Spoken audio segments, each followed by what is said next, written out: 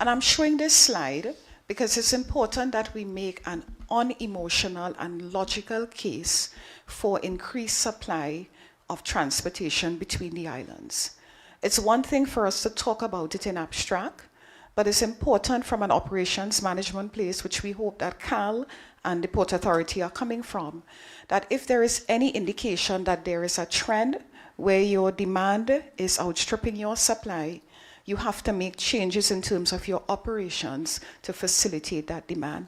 And what we're seeing here is that the green is actually 2023. And what we're seeing on the sea bridge is every year from 2019 that the travel between the islands on the sea bridge is increasing and trending upwards generally. I want to show you what's happening for the air bridge. Now the air bridge is a little more nuanced, the green is still here, but what we're seeing as well is that the number of flights have been reduced during a particular period. We had COVID happening, but there has been a steady recovery on the domestic air bridge over the months that we have in review. I want to talk a little bit here as well about the fact that we are unable to track untapped or unmet demand. So there is no mechanism for us to know exactly how many people would have wanted to book and wanted to come and were unable to do so. So this only represents executed or fulfilled demand. But we have a lot of anecdotal evidence from where we sit in terms of people who are unable to fulfill bookings. A lot of the hoteliers and stakeholders here can tell you about the type of revenue that they lose on a daily basis because people are unable to do the connection. And so when we put this aggregate together, what we are seeing is a steady trending upwards of people moving between Tobago and Trinidad. And I don't want us to get complacent about the sea bridge and the air bridge, because what our internal research is showing at the agency is that those persons who come by sea spend less than people who come by air. And so it's important for us to continue pushing and increasing the ability of the air bridge to bring and move people, because it does have an impact on the revenue that you make at the end of the day. And my very last slide is international arrivals. International arrivals are humbugged extremely by the lack of movement between the destinations easily. We have 2 direct flights from the UK throughout the year, and we have 1 flight from Europe to Tobago only during the winter. Everybody else who wants to get to Tobago connecting from our source markets have to come through Port of Spain on those other days of the week and those other times of the year. And it's impossible for us to ascertain the kinds of leakage and loss that we have in terms of international arrivals because we can't fulfill this particular arrangement. So all I want to say this morning is that there is a logical and clear business case for both our providers, the Port Authority and the Airport Authority, to increase the supply on both the sea and the air bridge. And I think that this discussion today is very pertinent. But I also want to talk a little bit, just for 1 minute, about what it means to me personally.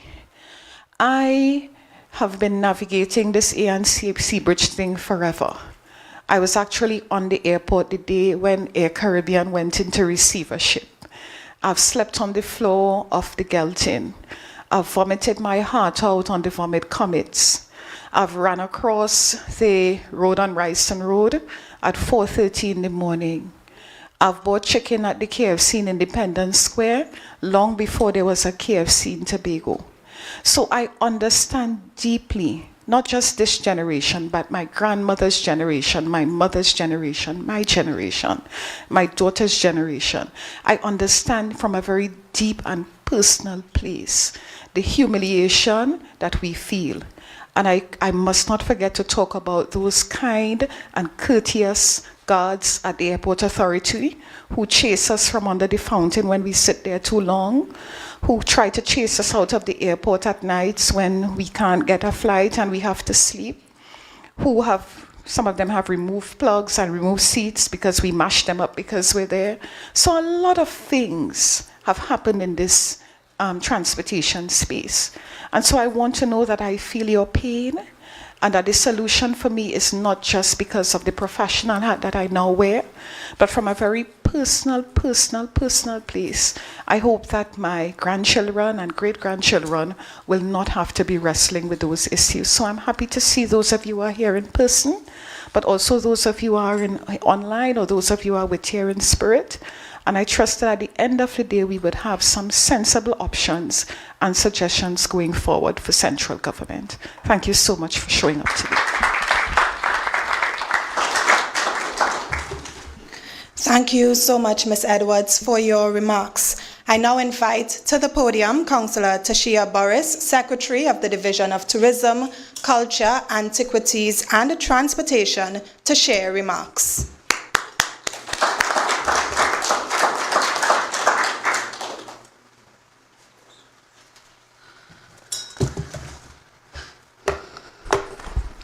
Thank you, Madam Chair. A pleasant good morning to the Chief Secretary, the Honorable Farley Chavez Augustine, Administrator in the Division of Tourism, Culture, Antiquities and Transportation, Mr. Suresh Duku, Ms. Alicia Edwards, Chairman of the Tobago Tourism Agency Limited, Mr. Curtis Williams, Chairman of the Tobago Chamber of Commerce, Tobago Chapter, Mr. Chris James, immediate past president of the Hotel Association, all other specially invited guests, members of the media, people viewing online, good morning, and thank you for braving the weather to be here. I welcome you. I can tell you that last week when I picked up the phone and called the Chief Secretary and said, Chief, we have to have an extraordinary town hall. The solutions for this problem cannot come from those who sit in the seats of the Executive Council, but the solutions for this problem have to be a collaborative approach with the THA and the people of Tobago, staying the course and making sure that we fix this particular problem once and for all. I also was one of those who was a victim of the famous cancelled flights weekend. And it pained me to go to the airport in time to check in for my flight to be told your flight is delayed to 8 o'clock in the morning. And there was no space in any hotel or guest house within a 5-mile radius for me to rest my head, even as the Secretary of Tourism. So I drove all the way back down to Marabella in South to rest my head until I had to be at the airport for 6 in the morning to check in for my flight. And the funny thing about all of that is I arrived at the airport at 6:30 to the counter only to be told that my flight was being delayed to 12:30. And the email about the delay came in 2 minutes later on my phone. And if only I had gotten it half an hour before or 45 minutes before, because they would have known that people weren't showing up to fly any planes, I would have continued to snuggle my pillow in South, and I would not have wasted my time to drive all the way up to Piaco. And then they told us come back for 10:30 because the flight should leave at 12:30. And at 6:30 in the morning, it didn't make any sense driving back all the way to South, didn't it? So I parked up in the airport, and I figured I could not continue to pay to park in Airport Authority, beautiful car park. So I drove out, parked at the side of the road, and slept in my car until 10:30. Get back to the airport, go to the counter, not checking my phone, only to be told that my flight is cancelled. And guess when the email about the cancellation came in? 10:32.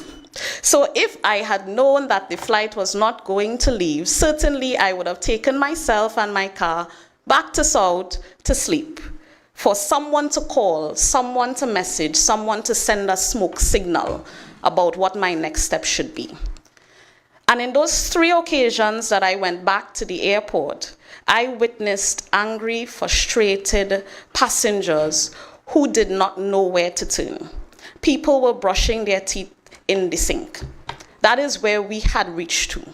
And I overheard a number of people simply saying, I can't do this again. I can't come back here again.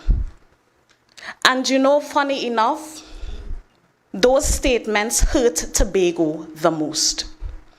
We are the ones who bear the brunt of any fallout when the destination has to deal with something as large as our inter-island air bridge grinding to a halt on one of the biggest weekends in our local calendar, the Great Race Weekend.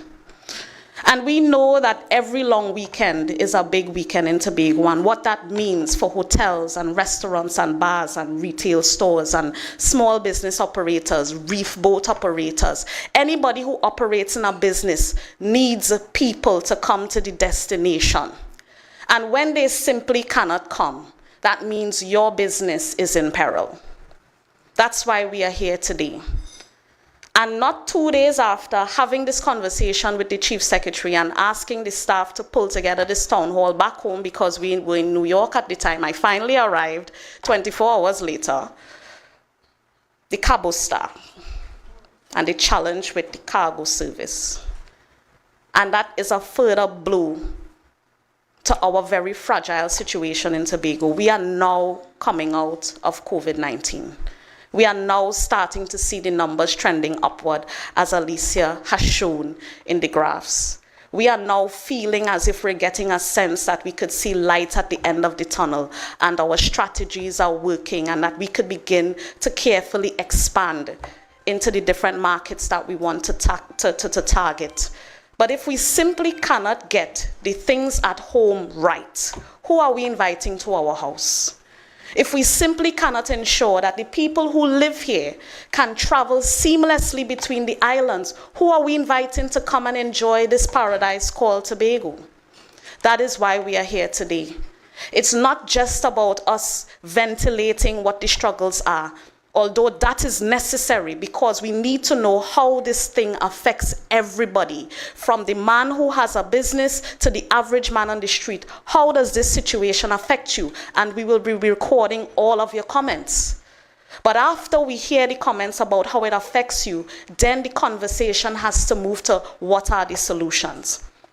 And yes, there are certain things that reside at the level of central government, and they have their part to play. And this is not something that they can continue to ignore and continue to play politics with. This is not about politics. This is about the people of Tobago and restoring dignity to the people of Tobago. Why should it be that your stamp in your Tobagonian passport is having slept in an airport or a port? Why does that have to be? That in 2023, when my son was in my belly, that I had those challenges traveling for school, and now I still have those challenges, and he's almost 20 years old. When are we going to solve this problem? I do not want my son to have to sleep in an airport because somehow that is a badge of honor or a badge of dishonor in being a Tobagonian. We need to make sure that our people can travel with dignity and respect. And the air bridge and the sea bridge is not only important when we have visitors, whether they be domestic visitors or regional visitors or international visitors. The people of Tobago deserve that dignity when we travel. We deserve to know that we can book a ticket to go to Trinidad in the morning and get a ticket to come back in the afternoon, because we simply have 2 hours of business to do and we can come back home. It's cheaper for us to come back home immediately than to overnight in Trinidad. We know the crime situation in Trinidad as well. We don't want to stay in Trinidad any longer than we need to, because we want to come home and we want to have that reliability. And the powers that be have to recognize that the air bridge and the sea bridge is not about leisure for us. It's about our lifeblood. It's about us getting to Trinidad to access goods and services that we don't have on this island yet. The longer term solution is for us to become independent in a number of areas, where those services and goods that we have to go to Trinidad to get access to, that we find a way to provide them here. And that is what government is for. That is what the THA is for. But in the interim, because a short-term solution is needed, an immediate solution is needed, we need to sit, we need to strategize. Certainly, we need to have very hard conversations with our counterparts in central government. But most importantly, for this administration is restoring dignity to the people of Tobago when it comes to a right that we have, a universal right that everybody everywhere has, which is the freedom of movement. I look forward to the conversations and the deliberations this morning, and I thank you once again for your presence. Thank you. Thank you, Councillor Boris, for your remarks and for taking this collaborative approach to deal with the issue at hand. Ladies and gentlemen, before we continue, I'd just like to acknowledge the presence of our Deputy Chief Secretary, Dr. Faith B. Israel. Ladies and gentlemen, let's all kindly stand now as we welcome to the podium to deliver the feature remarks the Chief Secretary of Tobago, Honorable Farley Chavez Augustine. Thank you very much. Please have your seats. Allow me to acknowledge the presence of Deputy Chief Secretary Dr. B. Israel, Secretary Boris, Administrator Duku from the Division of Tourism. We have immediate past presidents of the Tobago Tourism and Tobago Hotel and Tourism Association, Mr. James, and we also have Executive Chairman of THA, Ms. Lisa Edwards.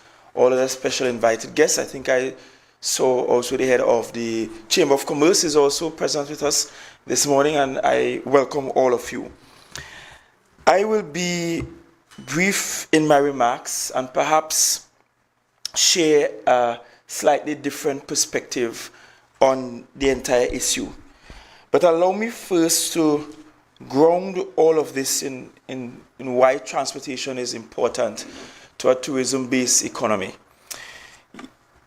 On a very simple, and at the risk of being simplistic, but it needs to be said, transport helps to move people from tourist-generating areas to tourist destinations. Let me repeat that. Transportation helps to move people from tourist-generating areas to tourist destinations. It's as simple as that. There is no way for people to get to destinations like ours without some mode of transportation. Unless, of course, they are soucouyeurs and can fly globally, there is a requirement for transportation to move people from tourist-generating areas to tourist destinations. Tourist-generating areas are, simply put, the areas where people have expendable income, or they have money, as we say, either monies that are saved, either monies that are extra, either monies that are in some trust fund somewhere, and there is a need for a vacation, or there is a need for some engagement, because tourism goes beyond leisure tourism. Some engagement, whether it's healthcare, education, sport, or simply to visit family, because you're part of this great big diaspora. But tourism, at the heart of tourism, it must be about moving people from tourist-generating areas to destinations. Across the Caribbean region, allow me to share some statistics with you. 13.9% of the Caribbean's GDP is as a result of tourism. 13.9%, and that's according to World Travel and Tourism Council. So the statistics are that 13.9% of our region's GDP is as a result of tourism. That's the highest share of any region in the world. And that makes the Caribbean the most tourism-dependent region in the entire world. Think of the regions. Europe, and in Europe, France is considered among the largest with intakes of tourism owing to Paris. But the European region doesn't depend on tourism as the Caribbean does. North America, US in particular, where everyone around the world is trying to get a visa, and lines at US embassies globally are extremely long. but they are not the most tourism-dependent region in the world. South America, where hotels and transportation are seemingly cheaper, you can get to an all-inclusive and eat your hearts out and drink your hearts out because they seem to have limited taxes on drinks and food. They are not more tourism-dependent than the Caribbean region. In Africa, as vast as it is, with sites nowhere else in the world, they are not as tourism dependent as we are. Australia, down under, is beautiful. I've been there myself. Extremely beautiful. And you could wake up with dangerous spiders and snakes in your bed and have a great adventure. But guess what? They are not as tourism dependent as the Caribbean region is. And based on statistics, in 2021, $39 billion was the contribution to GDP in the Caribbean. $39 billion. Think of that in relation to Trinidad and Tobago's entire budgetary expenditure in a fiscal year. Think of that in relation to how much money is Tobago spend in a fiscal year or earn in a fiscal year. But across the region in 2021, the GDP contribution from tourism was $39 billion. In that year, Cuba and Dominican Republic, they actually experienced the largest GDP contributions in that year. For us in Tobago, the statistics show that tourism is the third largest sector on the island. The first being the government sector, the second being the financial sector. I'm seeing people from insurance companies here. So you are the second largest, the third being tourism. However, tourism remains the second largest employer on the island. So you employ more people than any other sector, save and except for the government sector. And so that brings into perspective how critical transportation is for us in Tobago. I am of the humble view that we have just been at this for far too long. We have been battling this story with Caribbean Airlines for just far too long. We have tried everything possible. At one point, the Tobago House of Assembly was allowed to appoint someone to the Caribbean Airlines board. Maybe that helped a bit. At another point, we were fortunate to get to 24 flights daily between the both islands. And that was a massive help to the industry, because it meant that you could get a flight close to midnight or after midnight coming to Tobago. And it meant that you could leave Tobago between midnight and 1:30 in the morning. So we were pretty much opened for business. And then COVID unfortunately came. No one planned for COVID. When COVID came, we just shut everything down. And that was required. That was required in order for us to safeguard our people. The entire world was shutting down. So we were no different. I'm not sure if you realize that it was only in April 2022, that's last year. April last year, we were returned to half of those numbers of flights, 12 flights. April last year, for Easter, we returned to half the numbers of flights.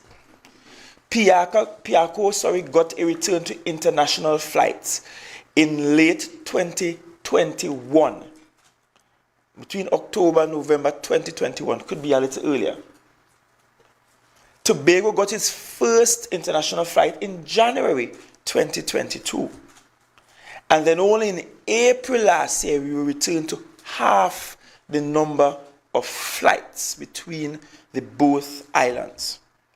And then the argument that Cal makes is that it's not profitable for them to return to the number of flights, the 24 flights. But I have a serious issue with that argument. Because I don't know if it is profitable for London to have expended so much monies on an Elizabethan line. Thankfully, they were able to open it before she died. A whole new underground line built. Billions of pounds. I don't know that it's profitable for them immediately to do so. I don't know how much money the New York subway makes, and if it makes profit. It's very old and dirty, and the trains are creaking and feels as if they fall into potholes ever so often. But I don't know how profitable it is to them. The point I'm making is that transportation for jurisdictions around the world goes beyond profit to the company that operates the mode of transportation. Because there is a larger impact on the larger economy. And no one at central government seems to be looking at the impact on the larger economy that the movement of people will have. So yes, I will be first in line to say Caribbean Airlines will not see dollars and cents profit from giving 24 flights to Tobago. But did anyone stop to count the impact on the economy that the movement of people will have? How many beds will you sell? How many maxi taxis will fill up? How many taxis will move out of the airport? How many cars will be rented? And let's not think just about Tobago, because there is an impact on the Trinidad economy. I don't understand why this country thinks that an efficient air and sea transportation between the both islands is only for Tobago. Mrs. Edwards spoke about crossing Wrightson Road. Tobagonians are still making it the mad dash across Wrightson Road. And I mean, they build a walkover nearby, but they didn't even consider the travelers between Trinidad and Tobago to think, well, there needs to be a solution at Wrightson Road coming out the port. They put it closer down to the waterfront complex. So the people from south could be able to cross easily. But you who coming from Tobago or going to Tobago have to still make that dash across the road. Because nobody really care about you. And then when you make the dash across the road now, you have to stand up under a tent in the sun and the rain in the most undignified manner. I mean, it baffles me. Why in this day and age you have to be herded under a tent like cattle? Rain comes, sun comes, and you're under a tent, squeeze up. You just stand up there under a tent because the facilities might be too good for you to wait in. And then when they finally open the counter and you go and you get your ticket stamped, it's the next set of herding that happens.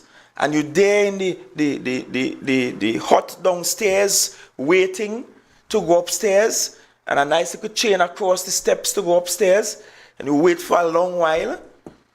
Eventually somebody will come and remove the chain, and then you go upstairs, pass through security, and then you sit in the waiting area, and then someone gleeful at the power they now have will come out and decide which row will first board the boat.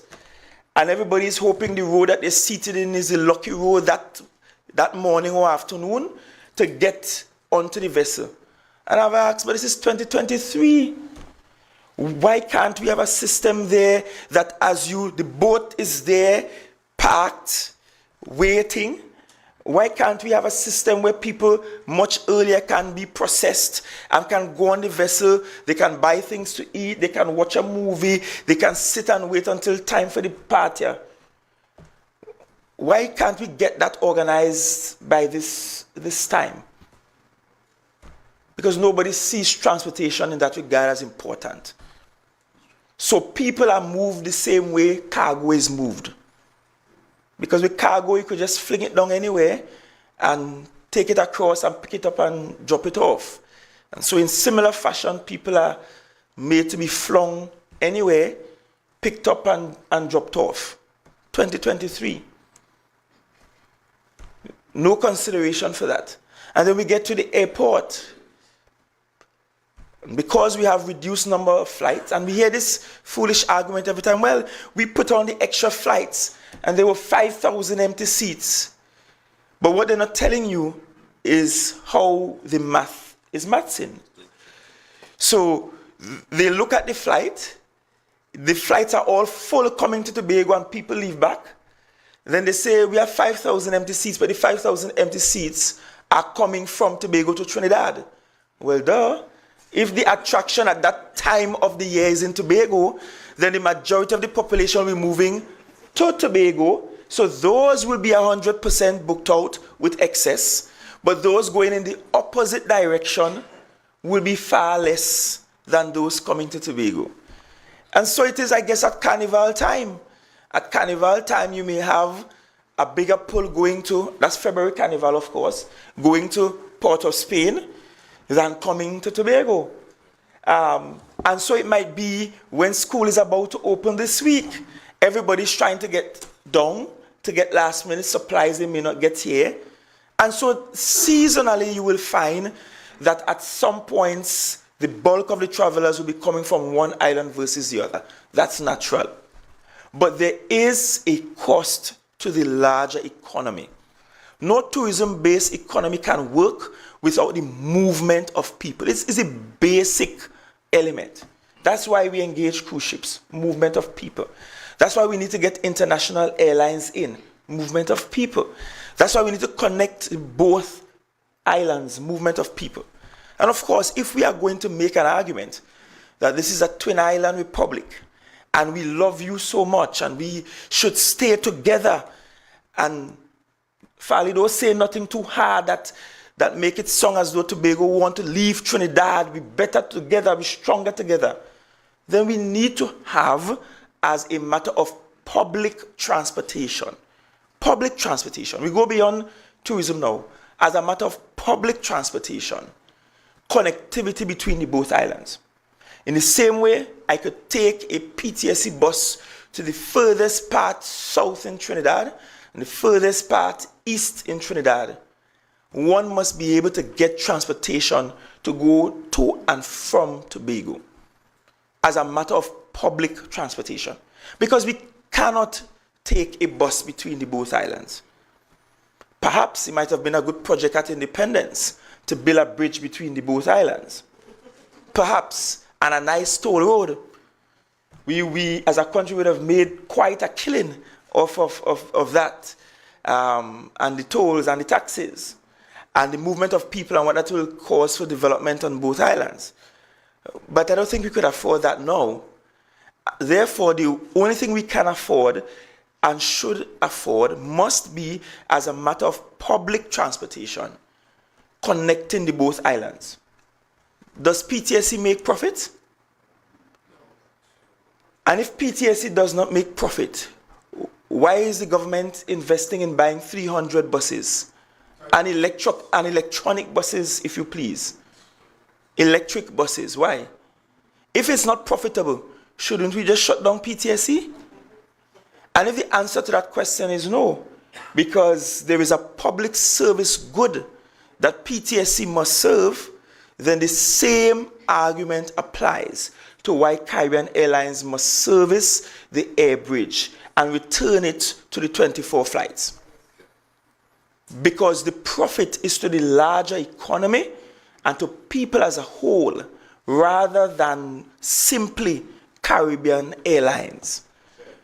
People are dependent on it. Their jobs, their livelihoods, their lives are dependent on it. And for us in Tobago, it transcends tourism. When you have to query something in town and country planning, you know where you have to go right now? When you have to apply, go before some board to query, you have to go down Trinidad. You need some legal documents and some fancy stamp for your land. You know where you have to go? Trinidad. And when the machines break down at the hospital here, or you can't wait on the line, you know where you go? For the private services?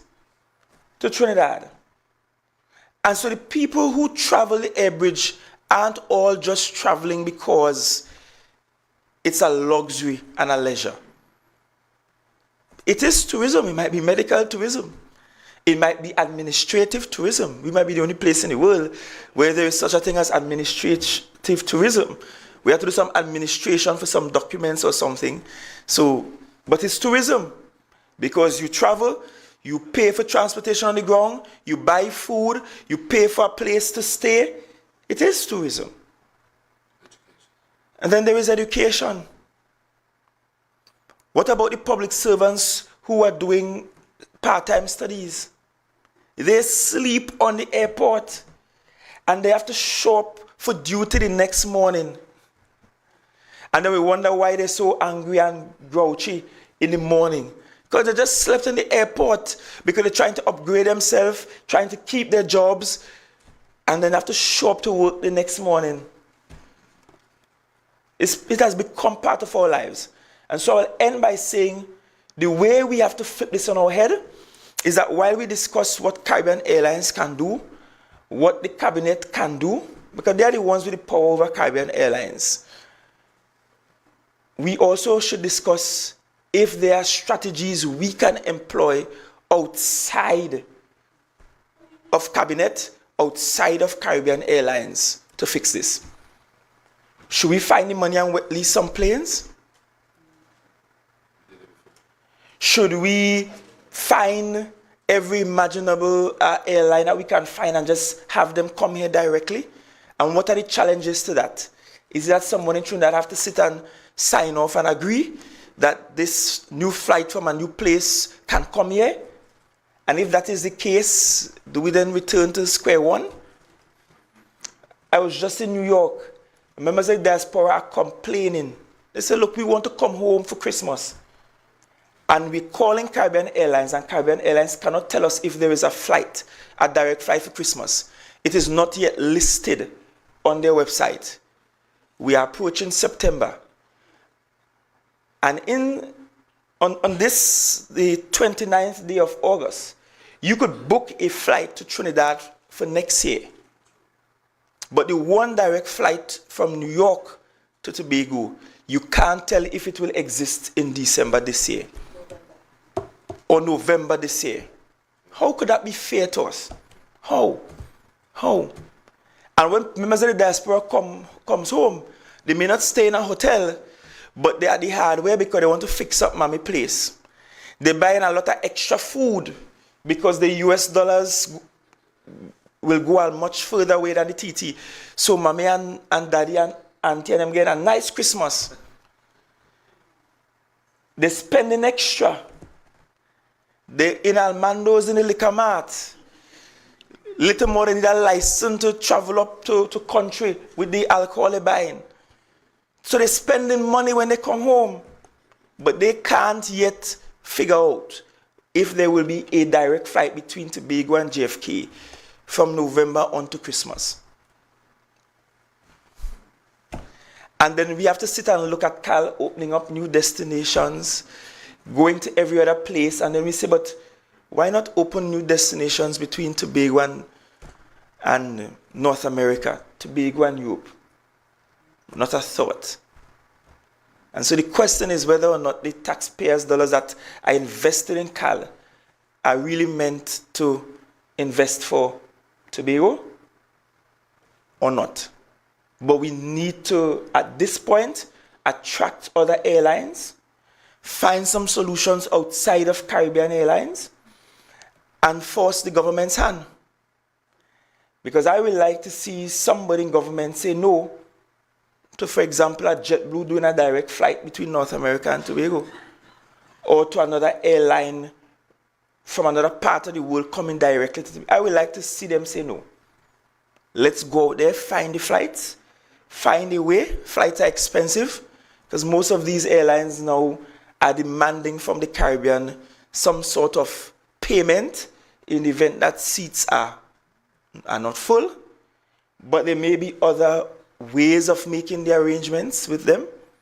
It could be that we bear the cost of fuel, which might be cheaper to us than us having to find TT dollars.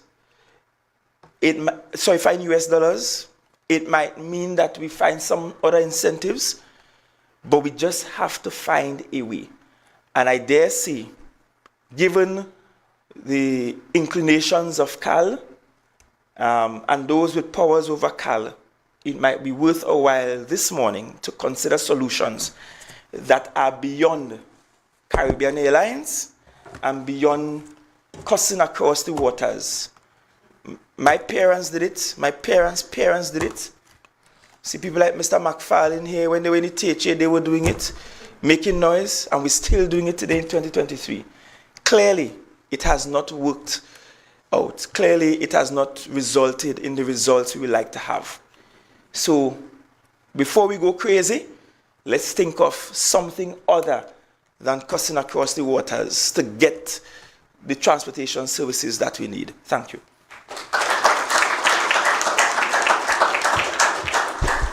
Thank you, Chief Secretary Honorable Augustine, for admonishing the importance of transportation to an island like Tobago. So now we'll open the floor for persons to share their views. There is a microphone at the center of the room. If you have a comment to share, you make your way to the microphone. You state your name and the organization which you are representing.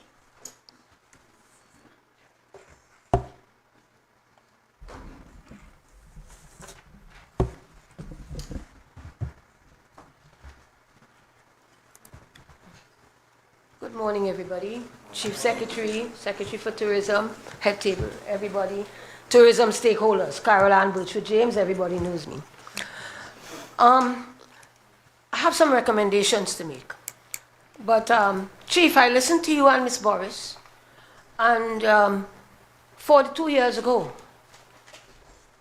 I was having my third child, 6 months pregnant, had to do final exams.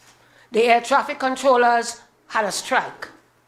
If you fail one exam, you fail the whole exam. And there was I, 11 o'clock in the night, going on Scarlet Ibis or Bird of Paradise, I can't remember which one. All the market vendors looking at this heavily pregnant woman and want to know what's going on here, this woman crazy. But I had to be there. Now this brings up the point of Tobago not having any transport between 9 o'clock and 5, 6 o'clock in the morning. If you didn't have that boat at 11 o'clock, what would have been my situation then? That's 42 years ago. What is our situation now? Between 9 o'clock and 5 o'clock in the morning. That is something we have to think about, especially where we have the Cobble Star down. So if you have an emergency, can you get on that 11 o'clock boat? At this point in time, we have no transport, no link to Trinidad between 9 and 6 in the morning. So that is something that we have to consider. Do we have to have a fast ferry that leaves at 11? Do we have a fast ferry that leaves at 3 or 4 in the morning? These are the kind of things we have to consider, because I hear somebody say no. But for us to make 8 o'clock appointments and so on, that might be something that we have to now sit down and consider. This was something that was talked about before. My first recommendation is for us to go back to that standing committee with the Prime Minister. Chris is here, and he will tell you we made great strides with that committee. Because you see, the power of the Prime Minister and the Chief Secretary at that time to summon Caribbean Airlines, to summon the Port Authority, whatever they want to call them, Inter-Island Transport Company and so on, is great. Customs, everybody, TNTech, everybody there. And it was, we present whatever our problems were, our hoteliers would say whatever it is, and so on. And there it is, solutions were found right there and then. And that included representatives from the Caribbean Airlines. So you're dealing with everybody right there, with the Prime Minister, and so on. So we need to get back that standing committee. We need to turn on ourselves. And we need to come now, not all the time we could quarrel across the water, we need diplomacy. And we need to sit down with the Prime Minister, with our transport agencies, and work out a solution with level-headedness. So whether we want to have a boat at 4 o'clock, so we could do 8 o'clock appointments and 9 o'clock appointments, instead of reaching to Trinidad 10 and 11 o'clock. Whether we need that midnight flight. I slept in the airport, come from India, sleep in the airport, so I know what it's all about. That midnight flight, we need to start, and that's the first thing I would say, that standing committee. Let's start working on it. Let us put our diplomacy together, and let's start working on it. That's our first area of getting some kind of normalcy to what we have here. Secondly, I want to recommend that we have representatives, not representative, representatives on Caribbean Airlines and Inter-Island Agency. What is Inter-Island? What do they call it? Port Authority. You cannot send yes people down there.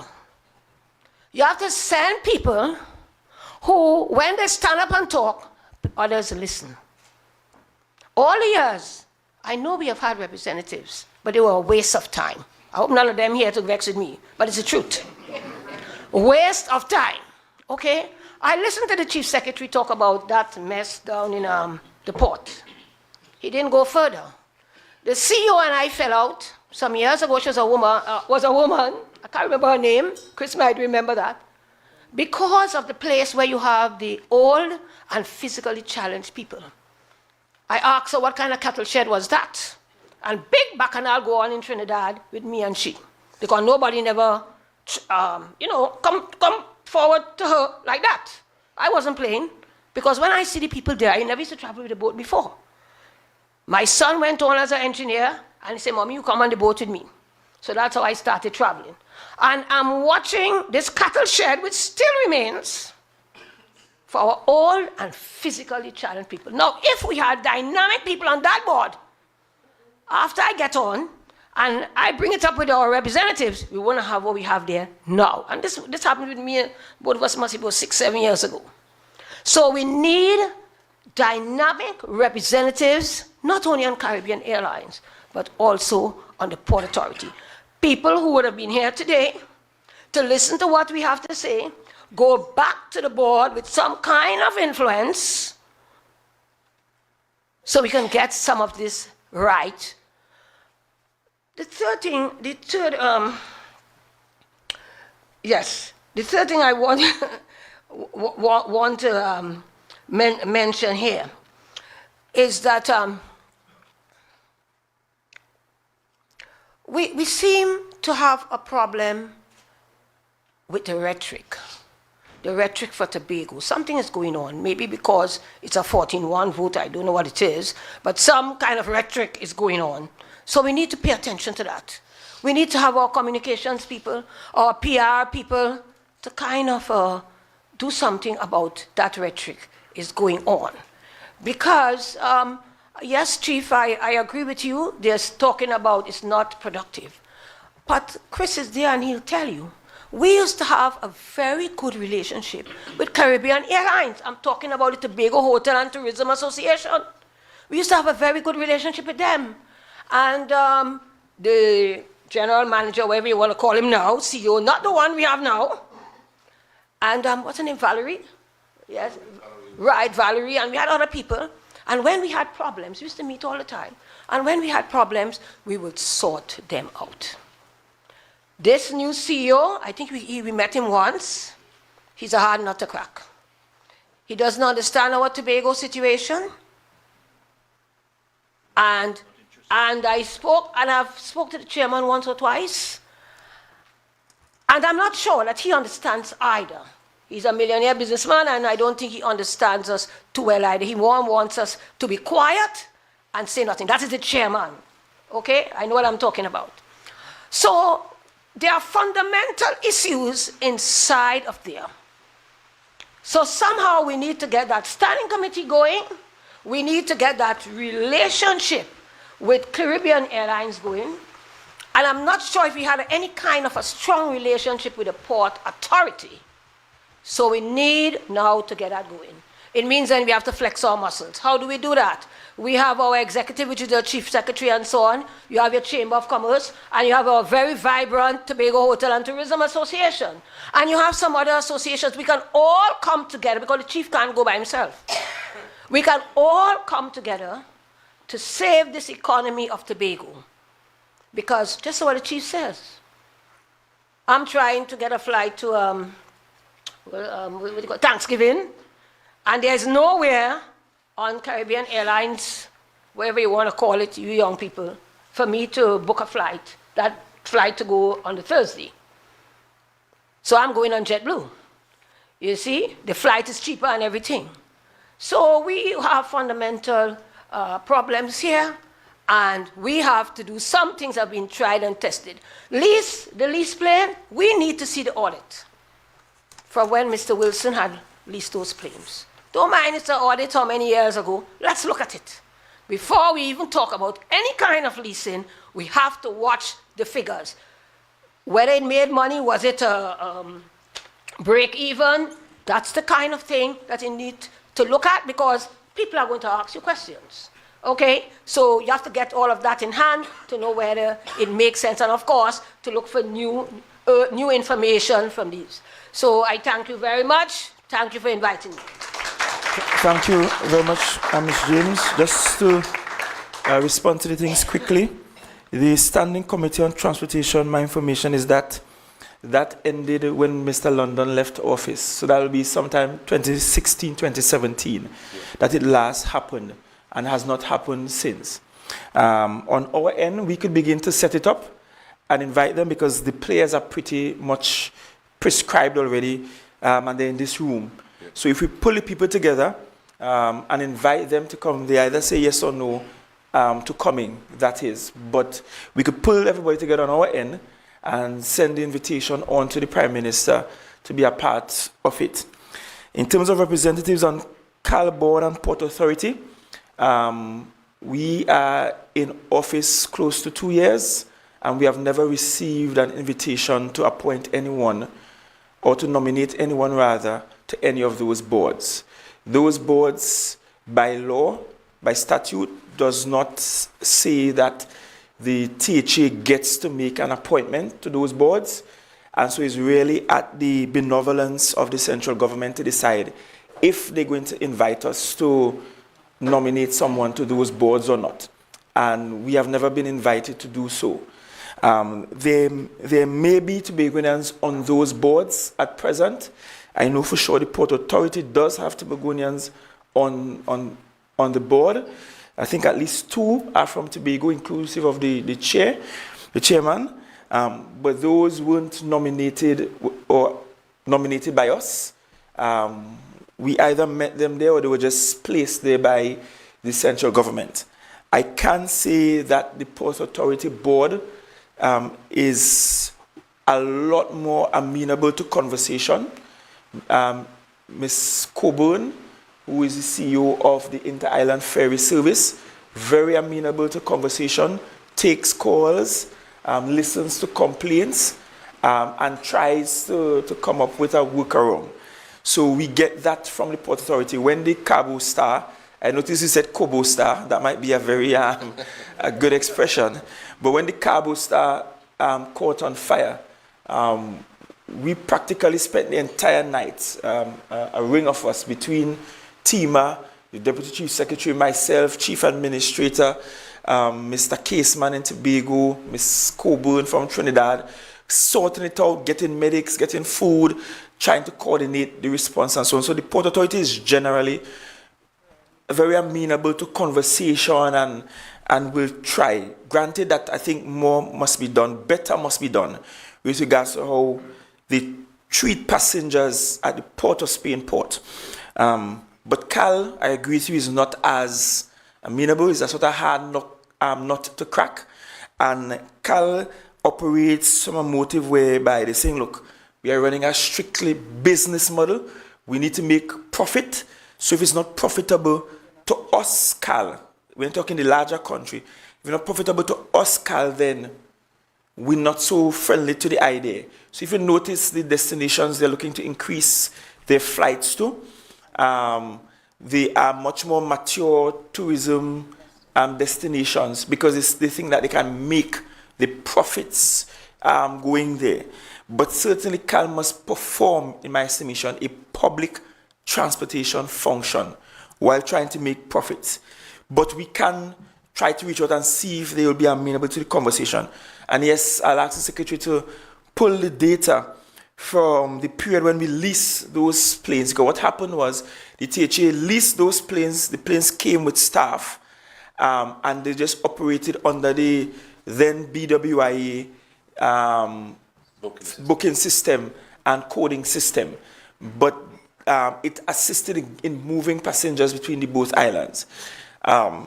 I suspect, given that there is heavy subsidies for the flights between the both islands, that the likelihood that the THA will make a profit from doing it won't be there. But the numbers I'm interested in seeing will be whether or not at the period when we had that lease arrangement, what it meant for the accommodation sector, especially, and then the other sectors. Did we see more bodies in beds? Did we, and what those numbers looked like? And if those numbers are favorable, then I could justify to the Tobago public that the THA is going to lease these planes at peak periods to increase the number of flights. Because if CAL won't do it, then we can't sit around moping. We have to find a way to move the people. But thank you for those. I would just like to add here that at the level of the agency, we have been having ongoing conversations with the technical team at Caribbean Airlines, and those conversations are cordial. But what has to happen is that the conversations have to happen at political places above us. So there must be a multi-level, multi-tiered set of conversations going on with CAL.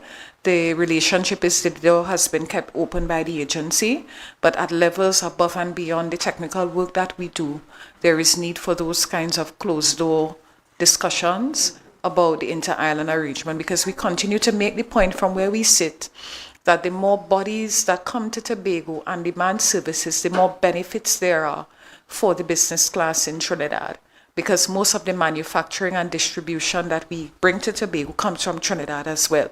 And so there is a vested economic interest for the government to facilitate the movement of people into Tobago, even if it is just to satisfy some of their stakeholders on the bigger island.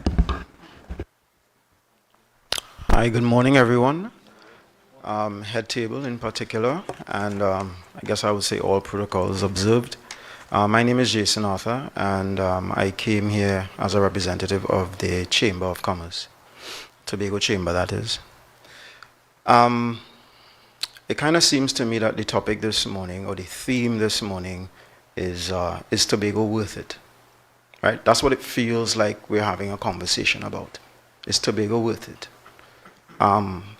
Obviously, to everyone here, the answer is yes. But apparently somewhere else, the answer is no. And we need to move from apparently, it's no, to a definite yes or a definite no. We talked a lot this morning about other things that the government facilitates, spending money and getting returns, but not necessarily profit. However, we just heard the Chief Sec say that CAL is biased towards profit. Well, I'm not really sure what airbridge means where that is concerned, and I'm also not sure what the policy of the government is with respect to CAL and its relationship to Tobago. At any rate, a couple of things that was said earlier included making some suggestions. So I'm going to make a couple of suggestions. One of the issues is our dependency on Trinidad. Obviously, the more we have to go to Trinidad, the more this thing hurts. And so there are some things that maybe the government can do to aid in that regard. I would suggest that as soon as possible, all government services where we have to go to Trinidad, we decentralize forthwith. Right? All of them. Not some of them, not most of them, all of them. Secondly, Ms. Caroline Birchwood James was kind of talking about PR. I'm going to take a different tack on the PR. You know, a lot of times I go online and on Facebook and you see Trinidadians talking about our issues. And they don't typically talk about our issues from an empathetic position. I think one of the things that we need to do, and I think I've been clamoring for quite some time, at least from this party, we need to step up our PR. We can have people who are experiencing what we are experiencing interviewed, sit down, talk, tell those harrowing stories. Let other people, in this case I mean Trinidadians, feel what we are feeling.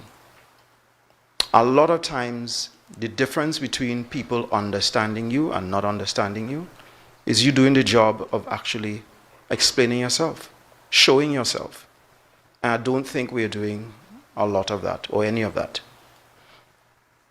So that's another suggestion.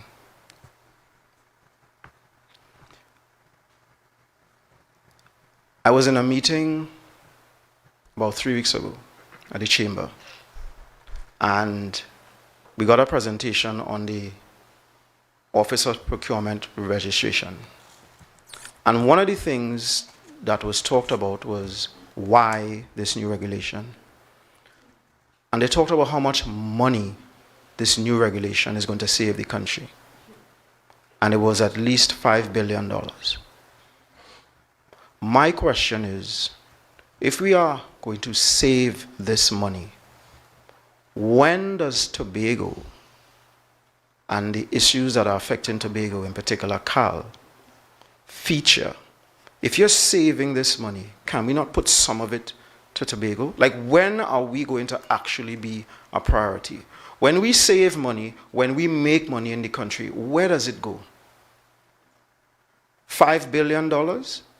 Could they take 100 million of that savings and put it towards CAL? Or is that to go elsewhere because every single other thing that it could be put towards takes greater priority over Tobago? It's not a secret. All their numbers are listed somewhere all over. And if you just look at those numbers, you could actually figure out, oh, wow, this stuff is being taken from here and put over there and put over here or whatever, but none of it is being put here. So for me, I think the issue here is Tobago worth it? And we really need to find out from the other side if the answer is yes or if the answer is no. Thank you very much.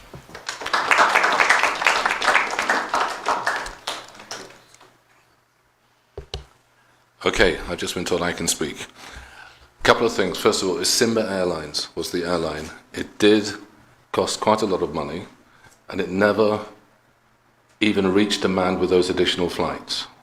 The problem we have on the airbridge is we have no idea what that potential demand is, because, as Alicia was saying, there is no capture of data from people travelling on the airbridge. So if you phone up tomorrow and you want to book tomorrow morning at 9 o'clock and it's full, that is not recorded. So you have absolutely no idea what the demand is.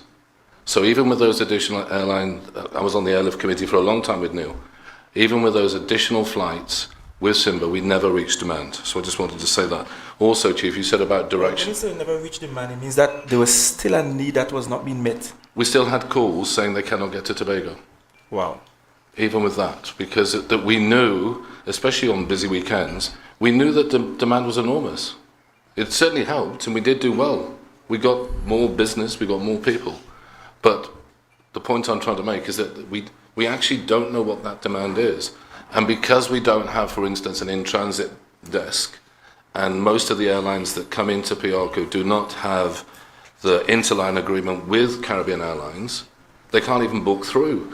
Before this, I was working for British Gas a long time ago. And when you came from Heathrow on BWI to Trinidad, you got a free ticket to Tobago. You actually had a free ticket. You never paid for it. I had hundreds of them because I used to have to come every 2 weeks. So I had loads of these tickets that I could then book at any time to come to Tobago. But you got a free ticket on BWI from Heathrow. Biggest mistake BWI made was to get rid of Heathrow. I'm confused about the word essential. I hear everybody talking about this is an essential service. I've heard ministers from the P&M, I've heard all sorts of pundits saying this is an essential service. I actually don't know an essential service that makes money.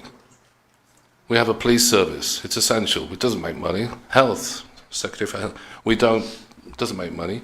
Essential services, by their nature, do not make money. So I don't know why, if this is an essential service, it's expected to make money. Many years ago, and I am getting old, so I can't remember all the dates, but there was a suggestion that the Airbridge be a separate business, a separate Caribbean Airlines business model, totally separate from Caribbean Airlines International. Wasn't that when we had Tobago Express? No, that was an independent, that was a private sector initiative. That Tobago Express was private sector people.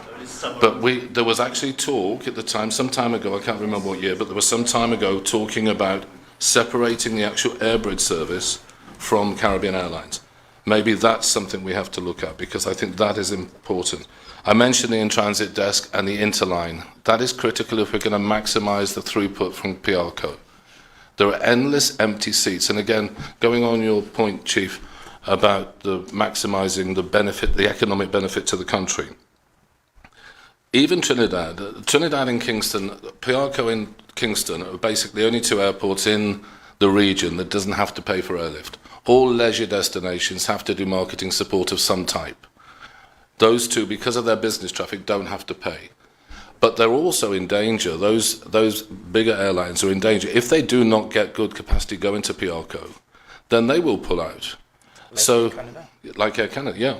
So what you then have an opportunity to say is, as an economic benefit to Trinidad, we can fill up those empty seats. If they have the interline agreement and the in-transit desk, we can help you fill and sustain those flights that are going, and probably maximise those flights that are going to Trinidad. Years ago, I was the chairman of the chamber, and I remember Andrew Sabka was on the board, and it was 2005, and we had 87,000 international arrivals. And I did a calculation in the board meeting that at that time, the average stay was 10 days. And if you multiply 87,000 by 10, and then say that they drink 4 Caribs a day, you end up with 3.5 million bottles of Carib. That was the extra, and I was trying to prove the point, because I've been doing it since those days. Can you remember when I was chairman, Curtis? I can't remember the day. But what happened, if you then looked at Matux, Kiss, whatever manufacturer of goods you want to talk about, if you look and calculate that benefit in terms of profit for those companies, but employment in Trinidad, you then have an economic argument that expands what you were saying. It gives a much stronger economic argument. We made that argument. I've been making that argument for many years, and it still hasn't got the full understanding, because if you put that into the calculation, both the benefit to the economy in Trinidad and the benefit to the economy in Tobago, because don't forget the government are taking 10% room tax going into consolidated fund, the VAT, all of that money, we must be able to make an economic argument for the continuation of that flight. And there was one other point, but I've now forgotten. Oh, the booking system. The booking system needs to be looked at. They added this $50 fee, which has made very little difference to people multi-buying tickets. Most airlines, if you do not turn up on the day of your flight, you lose your ticket.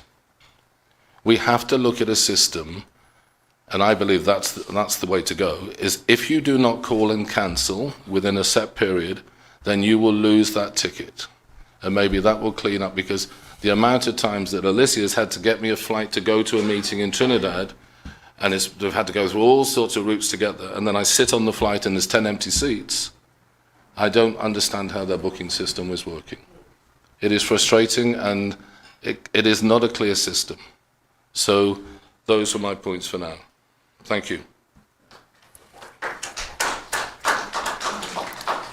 And as you said that, Mr. James, a bulb went on, and it connects to something Mr. Arthur spoke about having the Trini story being told as part of this story. And perhaps it might be a good time for us to pull in the Manufacturing Association, which is primarily Trinidad based, to have their side of the story being told and being advocated for as well. So it's not just us in Little Tobago making this demand that Trinis feel are unreasonable because we just want it. But there is an impact there, a significant impact there. As a matter of fact, larger than that, when we look at the country's shortage in Forex, if we are able to connect people to Tobago, you're getting on those international flights and you can connect to Tobago, we could help solve some of the Forex shortages in the country. Well, some people say we don't have shortage, but we could help fix some of the Forex issues in the country. And I believe at one juncture, Tobago did that before by sheer volumes of people coming in. I'm being told 2013, 14, and it might have also happened in the late 80s too, when we were on an economic downturn as a country. We have that opportunity, but we just need people to be able to connect. We sat in Berlin with tour operators from the Scandinavian area, trying to get people to Tobago. There are no direct flights from Scandinavia, right? No direct flight. And this gentleman walks into the room to say, look, we are no direct flight to Tobago, but in a given quarter, I could get 40, 50 people coming to Tobago who are willing to go from the Scandinavian region across to the UK, down to Trinidad, overnight, and then come to Tobago, 40, 50. And he's saying, but imagine how much more we could get if there's at least a connection that they don't have to overnight in another jurisdiction to get to Tobago. Because if you're going on a vacation, you don't want to necessarily sleep in a place. And I mean, we all do it. If you're looking to fly out, you're not looking for a route that you have to sleep in a place. You're looking for the route that takes you, even if it is you have to stay on a plane going for 20 hours. You much rather that than having to stop, check into a hotel, which means you have to take out your luggage, check back in your luggage, and go again. And so these are all considerations for us.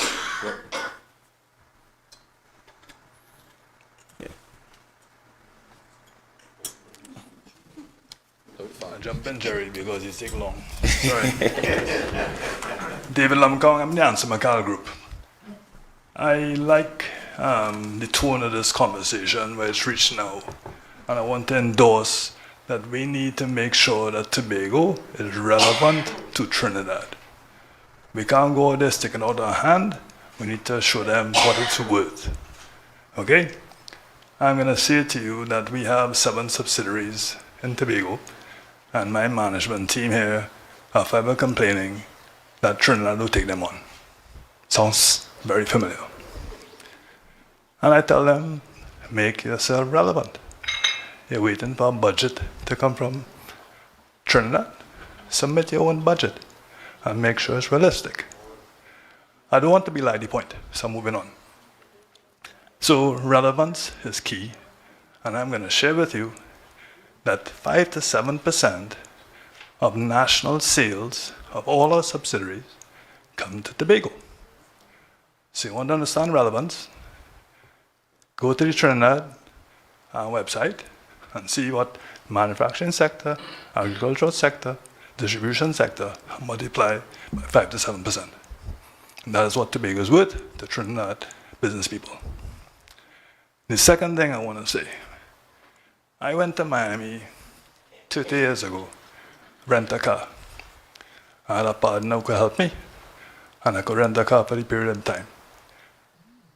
And when I went on the website, or the advert, it said, rent for 4 days, get the rest of the week free. I'm speaking to the hoteliers here. Even if we solve the problem transport-wise, we're still going to have peak. And if we cannot move Tobago from being a weekend destination to a weekstay destination, we have the same problem. Thank you.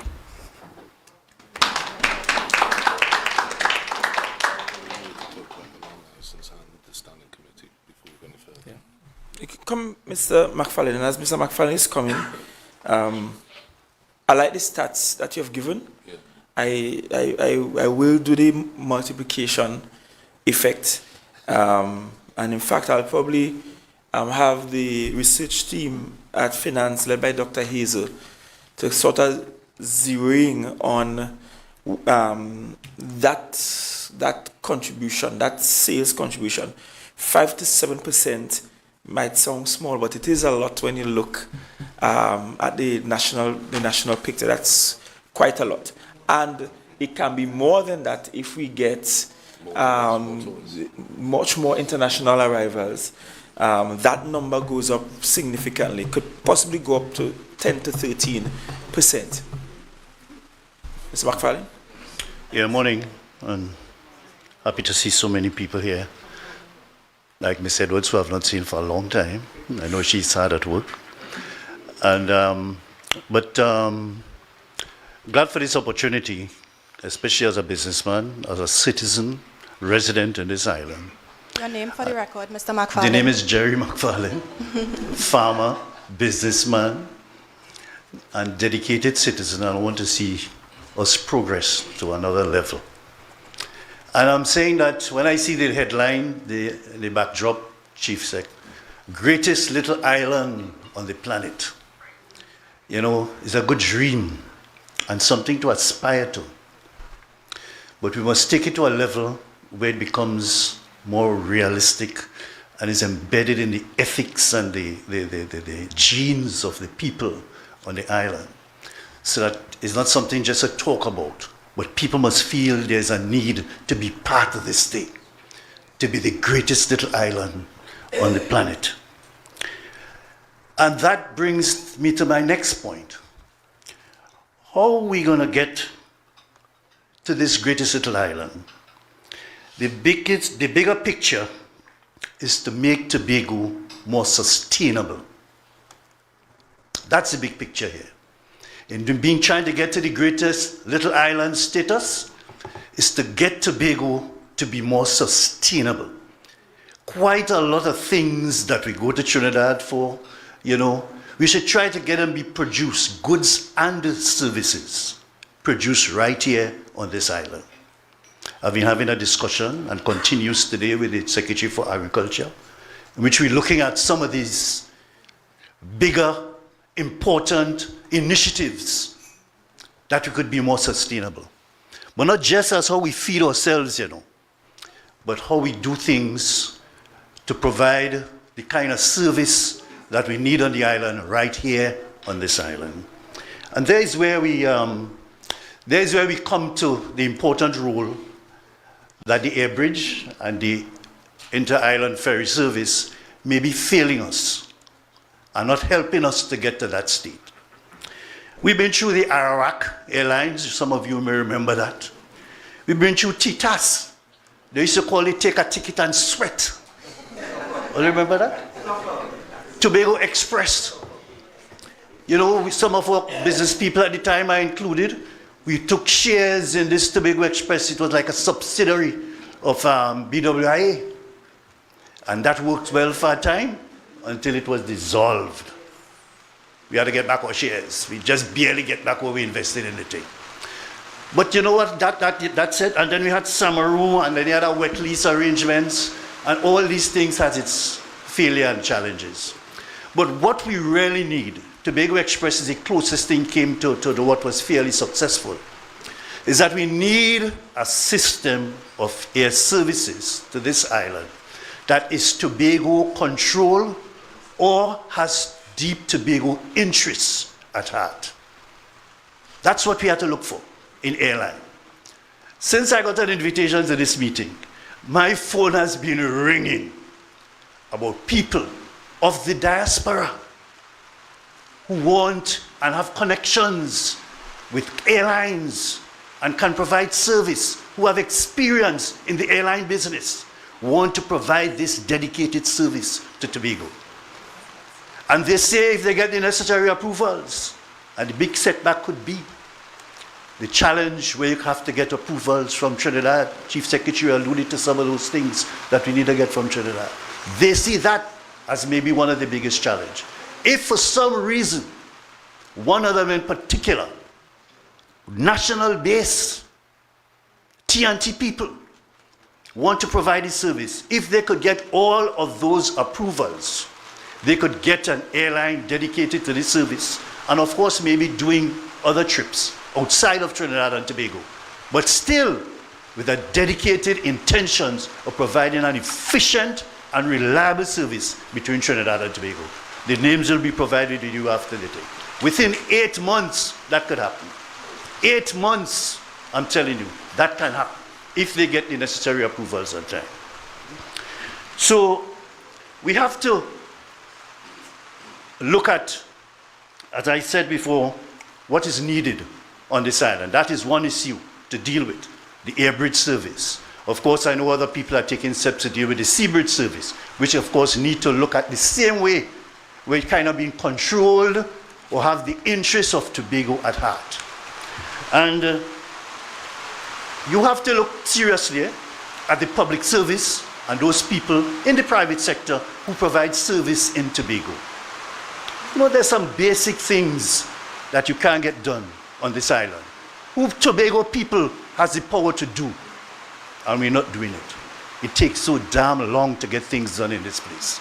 It's a sin, like if we curse sometimes, and people get paid to do that, and still there don't seem to much be, there's too many people, there's too few people who take their work seriously in the government services, or the THA services, or even the private sector in Tobago. Too few people work so hard and dedicate themselves to change this place, and they're not doing it. And there are too many people who don't care one bit. They just want to just take their time, no work, get paid when the month comes or when the fortnight comes.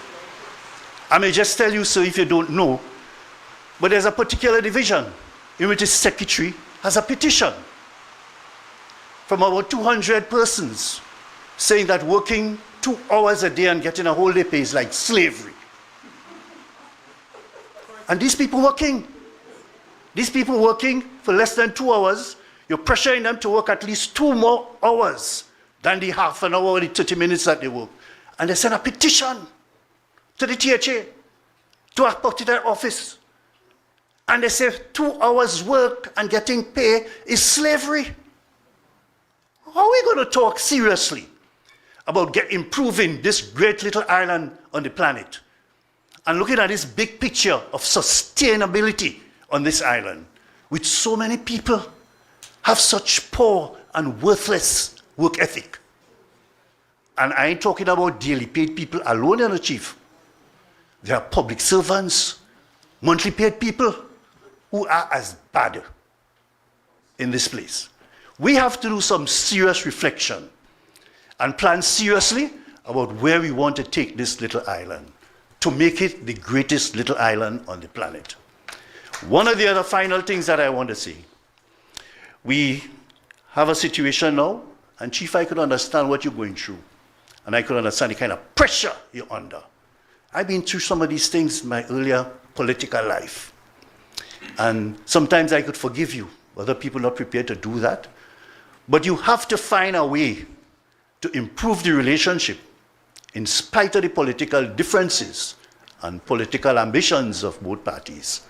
To have a good relationship, even if it is cordial, but something must be done to improve that level of communication and relationship with you and central government. I can sense and feel government saying, let us don't have anything to do with the THA. Let us don't invite them to no formal functions in Trinidad and Tobago also. I can feel it. Nobody ever told me that, but I'm seeing it manifesting itself on this island. We have to do something about that, improving the relationship, the THA and the government, central government, particularly Prime Minister and Chief Secretary. In my earlier days in politics, you think things were bad now? On that particular regime, we weren't getting money to do hardly anything, like if we were punished for voting DAC at the time.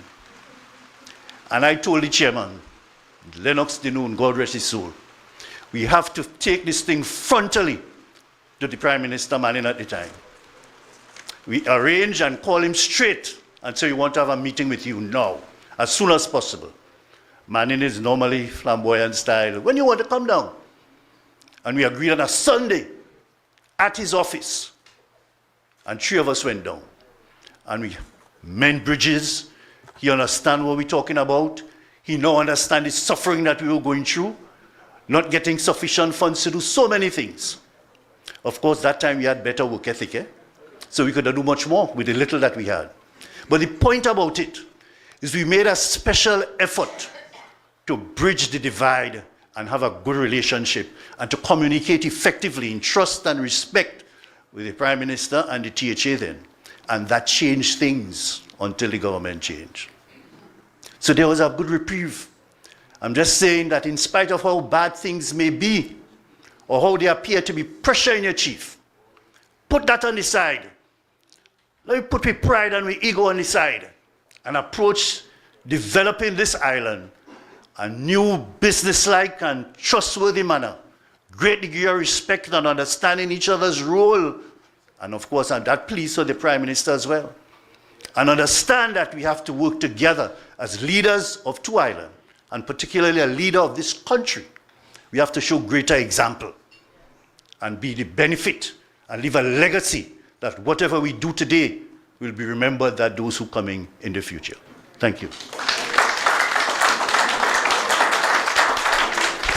Thank you, Mr. McFarlane. Before we continue, I'd just like to recognize the presence of our Assistant Secretary in the Division of Tourism, Culture, Antiquities and Transportation, Assemblyman Megan Morrison. And before we take the next, just a few comments. Thank you for giving us the historical antecedent to where we are and listing out how many different efforts we have had. And thank you for sharing with us, especially for those who are unaware, that the Tobago Express model might have actually been the most successful model, and perhaps we should revisit that model, which will do 2 things. One, it will delink the air bridge from the international destination operations of Caribbean Airlines, which means that it's truly a public transportation service. And 2, it gives Tobago, as you put it, more control, or have Tobago's interests at the center point of the arrangement. So that is something that, Secretary, we will have to work on. It might mean just pulling a small team together to look at how we could get that done, because we'll have to discuss everything from the planes to the workers, whether we're going to share the same platform with CAL as happened in the past, the same coding system. We'll have to include someone from Ministry of Finance in that conversation, because they determine the subventions to be paid and whether we could get the subvention applied to this sort of arrangement. Also, I want to thank you for raising the issue of work ethic in Tobago. I spoke about it at the last public town hall meeting that we had, because it's really painful to see that this is what we're trying to build out. And people are making more demands of government, making more demands of the central government, but we have to make those demands of ourselves, most importantly. And we sometimes do ourselves a disservice with the work ethic we put out. It by and large leads to the late salaries at times. The service providers who can't get a check for a service they provide 4 or 5 months ago, kind of thing. Just yesterday, I encountered a teacher living in poverty. because for 23 years, going on 24 years, she cannot get her upgrades at all. And every time she go to the division, file loss, somebody telling she, I am not speaking to you today, put her sit down there for a whole day and nobody and talk to the woman. 23 years. And I met the woman because she was in a store trying to get a window for a room that her very brilliant daughter residing and studying, water coming in, and she tried everything, all kind of flexi seal, all kind of thing to try to keep the water out, but the window hole and the water keep coming in. And she there, the company stopped selling windows on terms, but she there begging the people to give her the window on terms. That teacher who is impoverished because of somebody work ethic. Because of somebody work ethic. And so, for the Tobagonians listening, you're not exerting some power over anybody, really.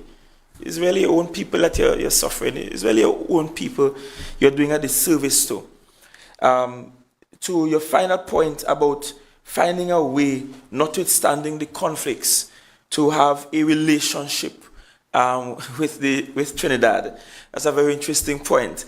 I could tell you that there remains some cordiality, significant cordiality between ministers and secretaries, ministers and myself, ministries and divisions. In fact, this week we are hosting the IDB here. The IDB has this global program they call, I think, Chair Fair, and we are hosting them this week. And this week I'm hosting Minister Beckers. We spoke over the weekend even. So there exists strong cordiality between ministers in Trinidad, ministries in Trinidad, secretaries, myself, division. That exists. With regards to the relationship, with regards to the relationship between the Prime Minister and myself, we haven't quite worked that out as yet. We haven't quite had a formal conversation since the last one we had concerning the Chief Administrator. I believe that there was an exchange of WhatsApp message in the space, but that's it. But certainly, I have before, however, given the public commitment, and I'll give it again, I have before given the public commitment that that meeting with the Prime Minister, conversations with the Prime Minister, that those are not, in my mind, off limits, or they have not been cancelled in my mind. The law requires, I think Section 31 of the THA Act requires that there be regular meetings. I know different chief secretaries, that word regular has meant different things to different chief secretaries. In some instances, in the past, that regular meant once per year, twice per year. I think in my circumstance, it has been more than twice per year in terms of what that regular means. But I have given the public commitment before, and I'll give it again, that I see meetings with the Prime Minister will continue. I see those conversations will continue. Certainly, those conversations won't be about the politics of the day. The last exchange of WhatsApp, I think it was leading towards the politics of the day, so I avoided that.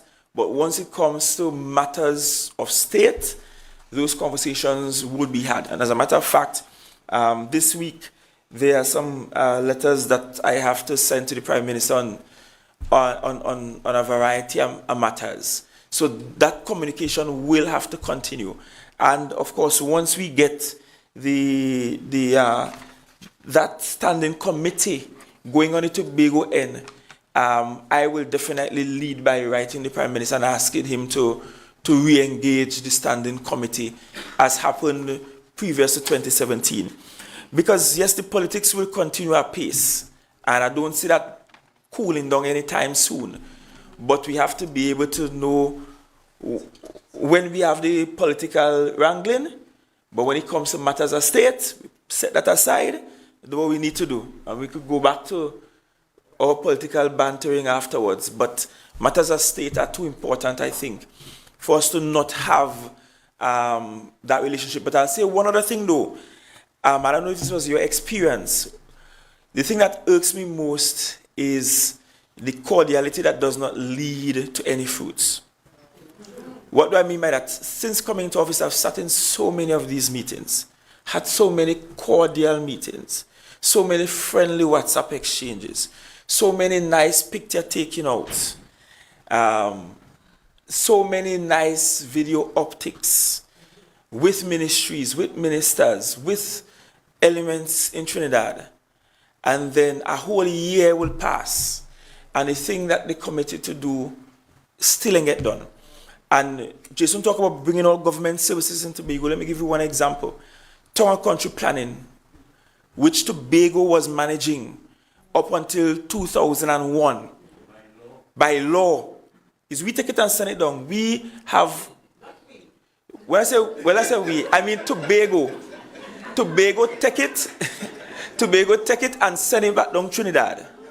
Trying to get the thing back to Tobago because there's a natural impact on the business community. Because people are complaining how long it takes to get approvals and all sort of story. We did everything. The minister came up with a team. We met. We discussed it. The lawyers met. We sent down the THA lawyers to Trinidad. They met at the parliament with the chief parliamentary council. There was agreement that by law, it should be done in Tobago. That's what the law says should happen. That we are correct. As a THA, I don't organize the space. If you go uptown now, you will see a sign on the PRDI building that mark up town and country planning on it. We find the office space. We organize the office space. Furniture and everything in the office space. Waiting to make the move. We even said, look, we will pay, meaning I am willing to pay from THAN to digitize all the records because they were in the process of digitizing the records and so on. We're more than a year. And despite the cordiality, the friendliness, the nice photos, the handshakes, and the agreement, I feel as though they come to the room, we cordial, we agree, and then when you leave, they just don't do anything about it and just leave it. And then when I met noise and accost, then of course, Farley behaving unruly, Farley had no manners, Farley had no respect. But the truth is, at some point, the cordiality becomes frustrating because you give the public image that we cooperating and we're working together, and then behind the scenes, they just push it aside and ignore it. And that's a huge problem. And so, right now, you need to query something in town and country and go before the board. You have to find a flight to Trinidad. If you could find one, and that should not be. And we shouldn't have to wait more than a year for this thing to happen. Especially when we're ready and we did everything on the Tobago side for it to happen. Still ain't happened. But I'm still meeting with the line minister this week. I'm seeing her tomorrow, nonetheless. And will again press the issue. Because really and truly, it's a major issue. But just warning that in our world, cordiality doesn't always result in results.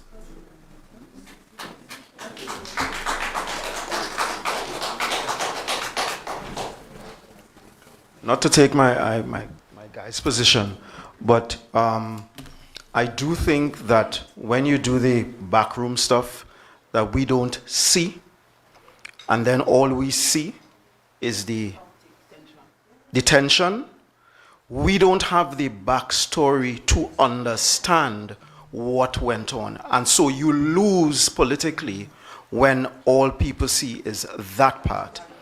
And this is why I go back to why I was talking this morning, and you all know, because I've been involved in the party, the PR from in front. We're supposed to know that you all are fighting for a particular issue, and so when we see you blow up, we all as Tobagonians know why you blow up. You understand? You all are losing points because we don't know what's happening in the back. We have to tell our story, and we always have to tell all of our story. Nobody is going to tell our story for us.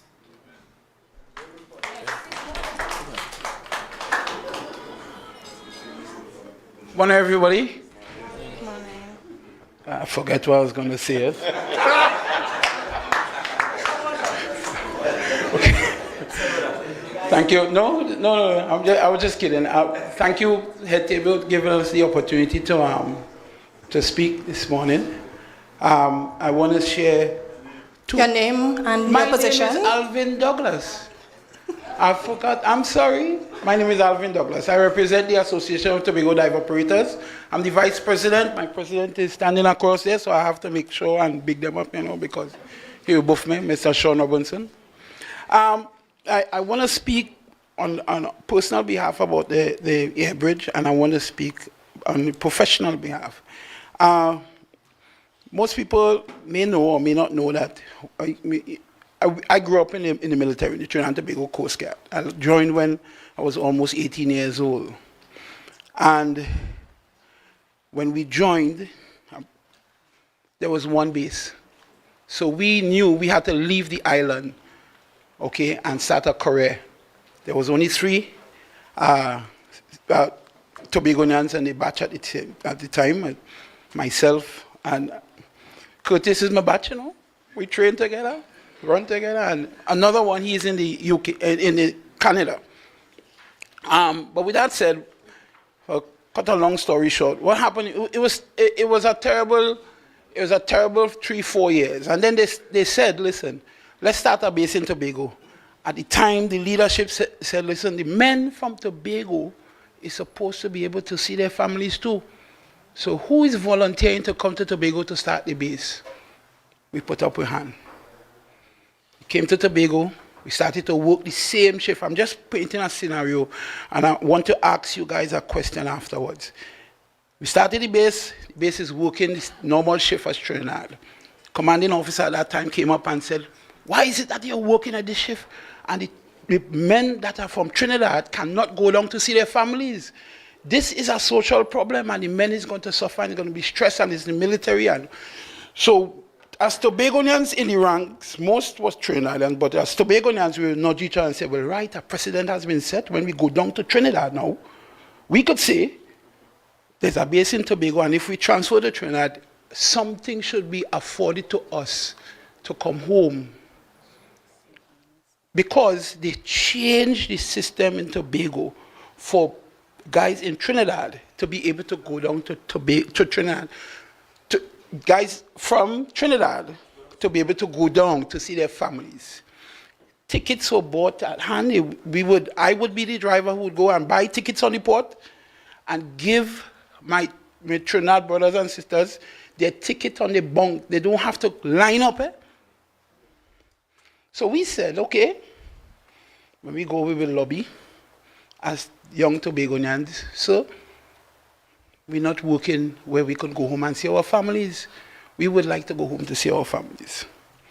They said, well, no, they can't do it because if you do it for us, you'll have to do it for the guy in Cedros. We said, obviously, sir, it's not the same. There's 22 miles of water separating us. He said, well, you have to live good with the divisional officer in order to go home. So for us to go home as Tobagonians, we had to live good with we had to suck up to our division, play nice, promise fish when we go home. The reason why I'm bringing this point up, there is a way, the rift between Trinidad and Tobago is caused by these things that are not solved. There was no advocate then, and I'm sure there's no advocacy, that's the word? Don't come for me. No. Okay? The perception that Trinidad has of Tobago is that Tobago is not worthy. Tobago is a second-class citizen because an officer told me, we didn't come for you, you come for our work. You have to work the way how, so we were, myself and Williams had to put on the uniform at the time to come up on the panorama those days and storm the boat. Don't arrest me. They're not supplying tickets for us. We go to the boat, we change into our whites, and we look nice and executive, and we say we're going onto the boat for official business. and then we change back on the boat. That's how we're coming home. That is how we will come home, Mr. Williams here. And a lot of the time, people ask me why it is I left. Part of the reason is because I wanted to come home, to be a part of the greatest little island on the planet. But a big part of it is that I felt the unfairness, and I felt like a second-class citizen in Tobago. And the reason why I'm telling this story is important because I don't like to speak without a solution. But I think the solution is us voicing the things that we went through life, because we take it for granted, and we decide as Tobagonians that, okay, that's how it is. And we have to stop. We have to stop. Personal. Professional, 20 divers from Houston. Dougie, we hear that you have fantastic diving on the island. We want to come visit. We're flying in from Houston, we're coming to Trinidad. I said, sure, no problem, we're booking you. 2 weeks after, Dougie, we get in a flight to Trinidad, but we can't get the connecting flight to Tobago. I said, well, keep trying, I'll try on my end. No help from Caribbean Airlines. Dougie, we get in direct flights to Grenada, you know. Next time we'll hook you guys up. Yeah? Thank you for talking to us. Now, what Tobago doesn't realize, a fraction of that money is going to us. The majority of the money is going to transport, hotel, food, other accommodations.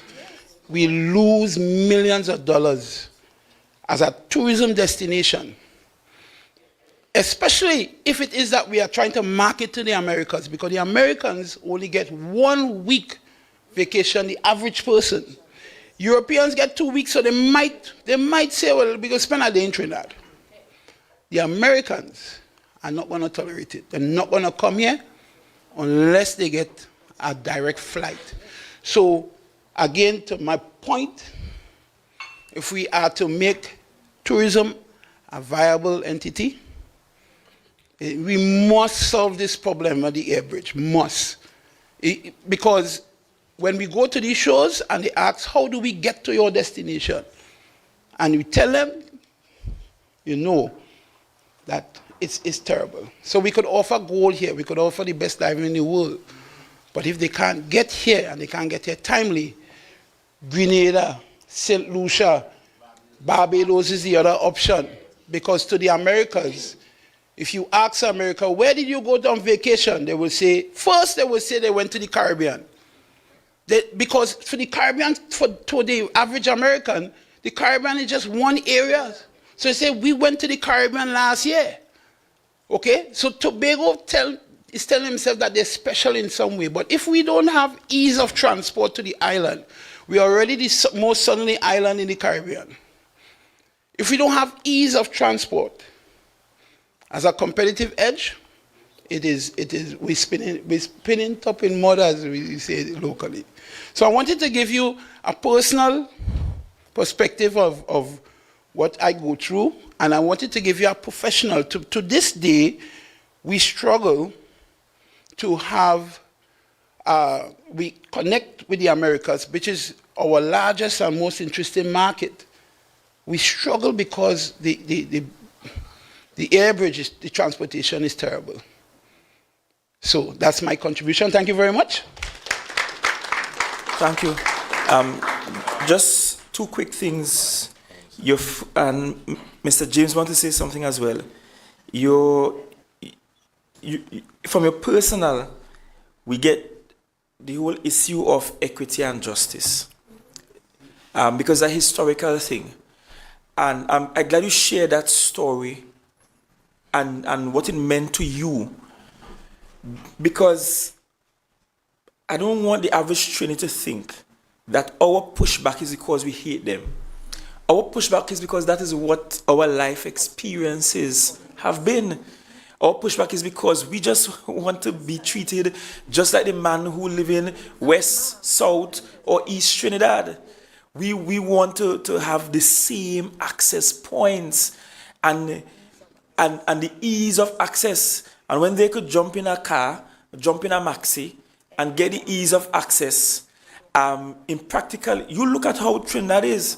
There isn't an area where people live where there isn't some kind of township with services.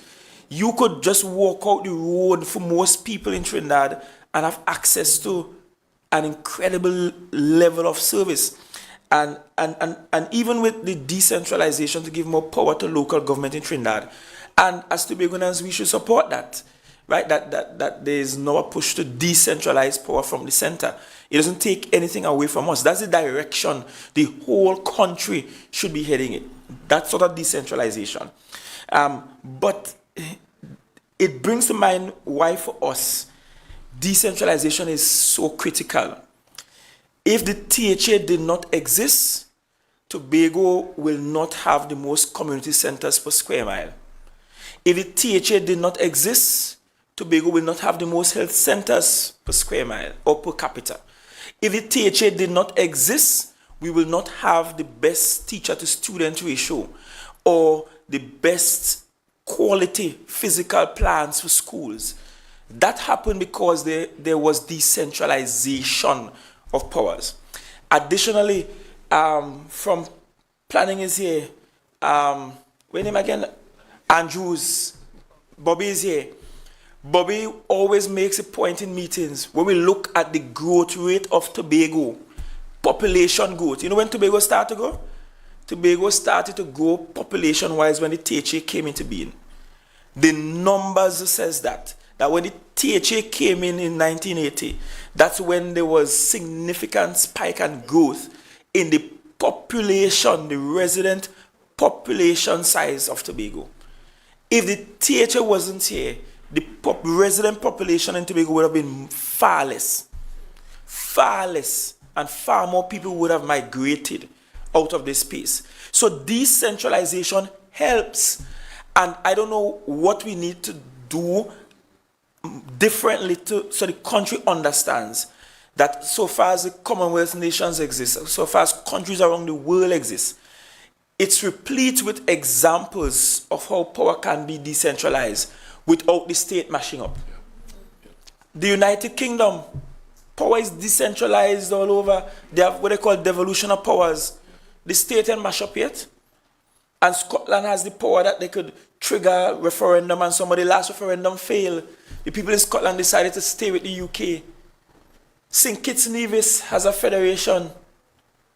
And if you want to go outside the Commonwealth, there's a whole federation in the United States. They ain't mash up yet, and here look as though they're mashing up.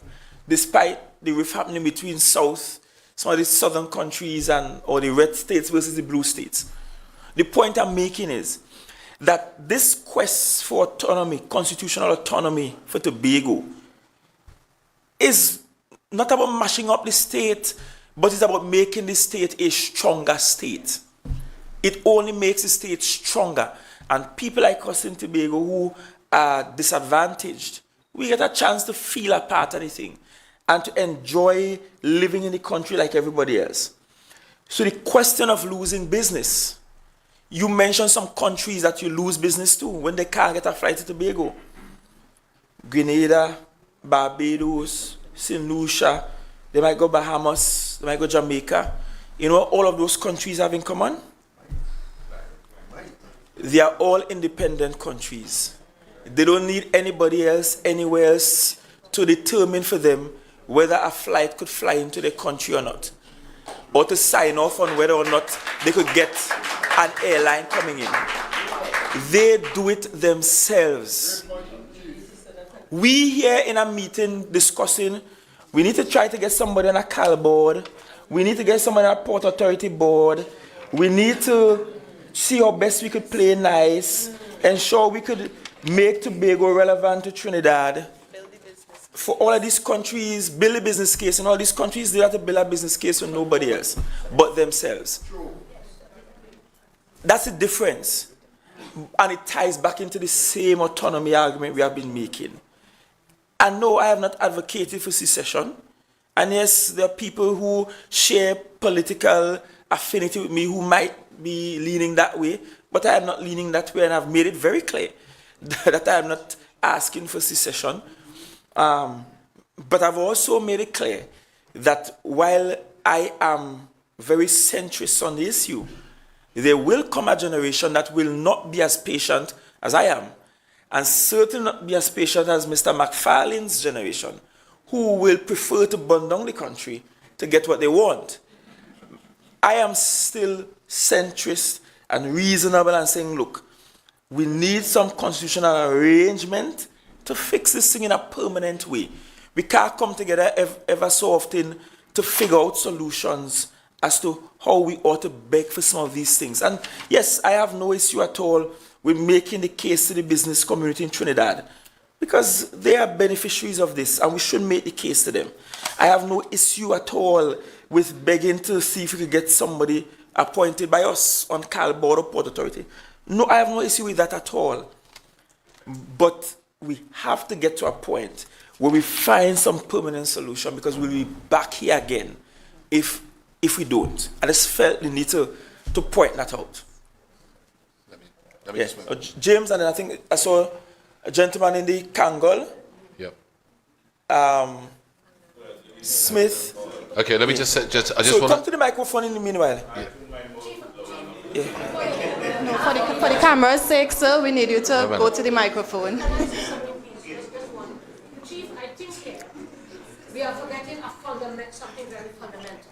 I just go by the microphone and make the point quickly. I apologize. Your online audience needs to hear you. It is an online audience and I need to hear you. We are forgetting something fundamental. I'm listening to you. Chief, you need the support of your people. You need your associations who know about advocacy to get out there to get the message to be heard.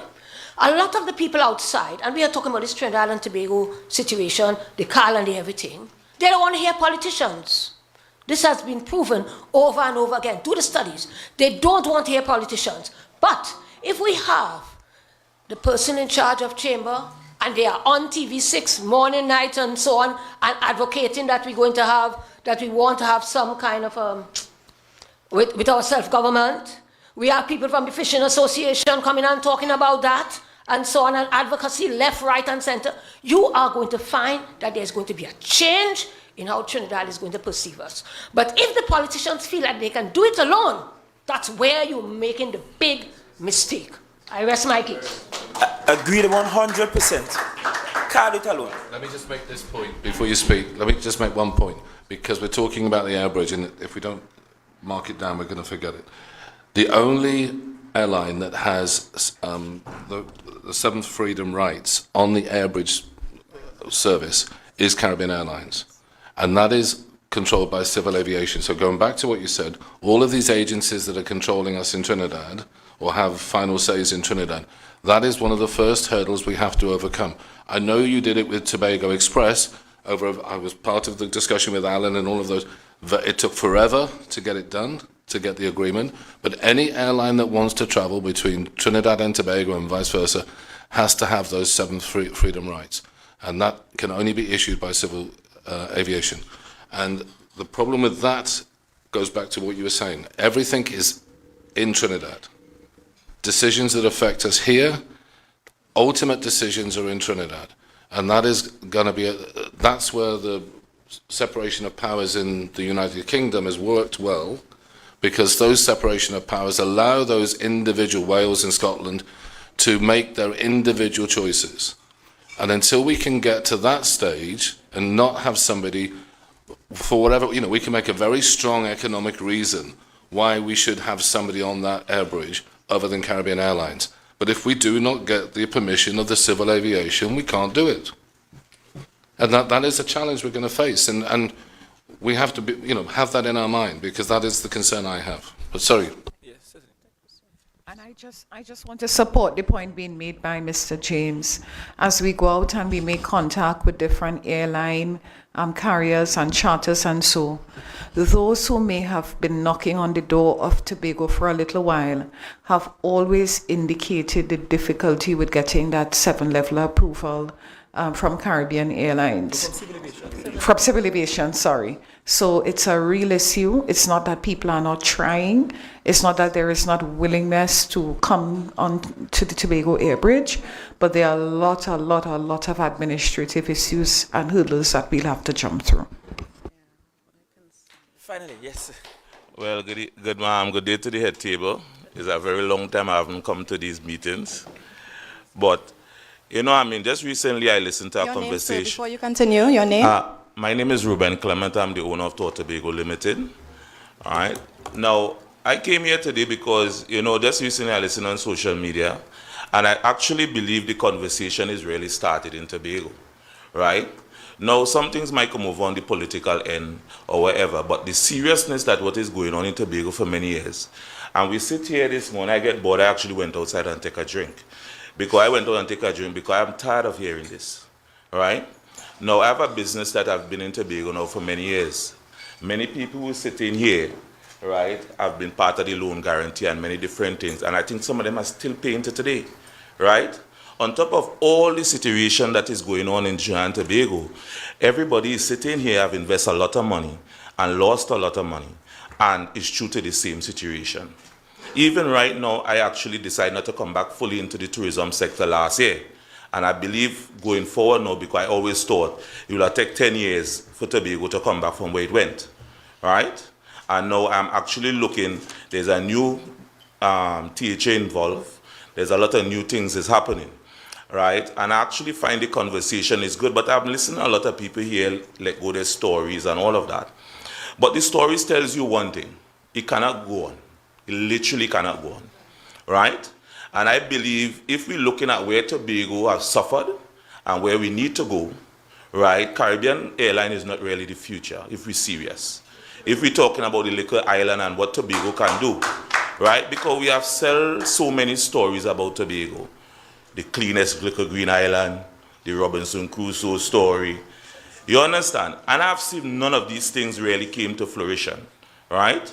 Now, my passion is Tobago. I do things kind of different than a lot of people. I will say that plain blank because I believe in action. I don't like old talk, right? I feel old talk is a waste of time, right?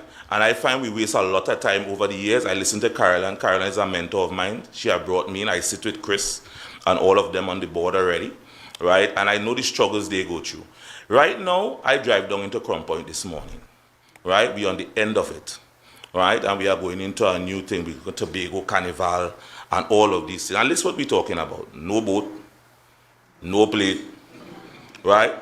So what we really market into the global economy, you understand? So we have become a joke, and I want to say it here. There's a lot of people might be more comfortable than me. I'm not comfortable right now, but I'm here because I believe in Tobago. And if I believe in Tobago, we need to stand up now and talk, right? You cannot keep dressing back and dressing back and dressing back. The point is really and truly, we need to go beyond Caribbean Airlines, right? And that is point blank, that's supposed to be no argument.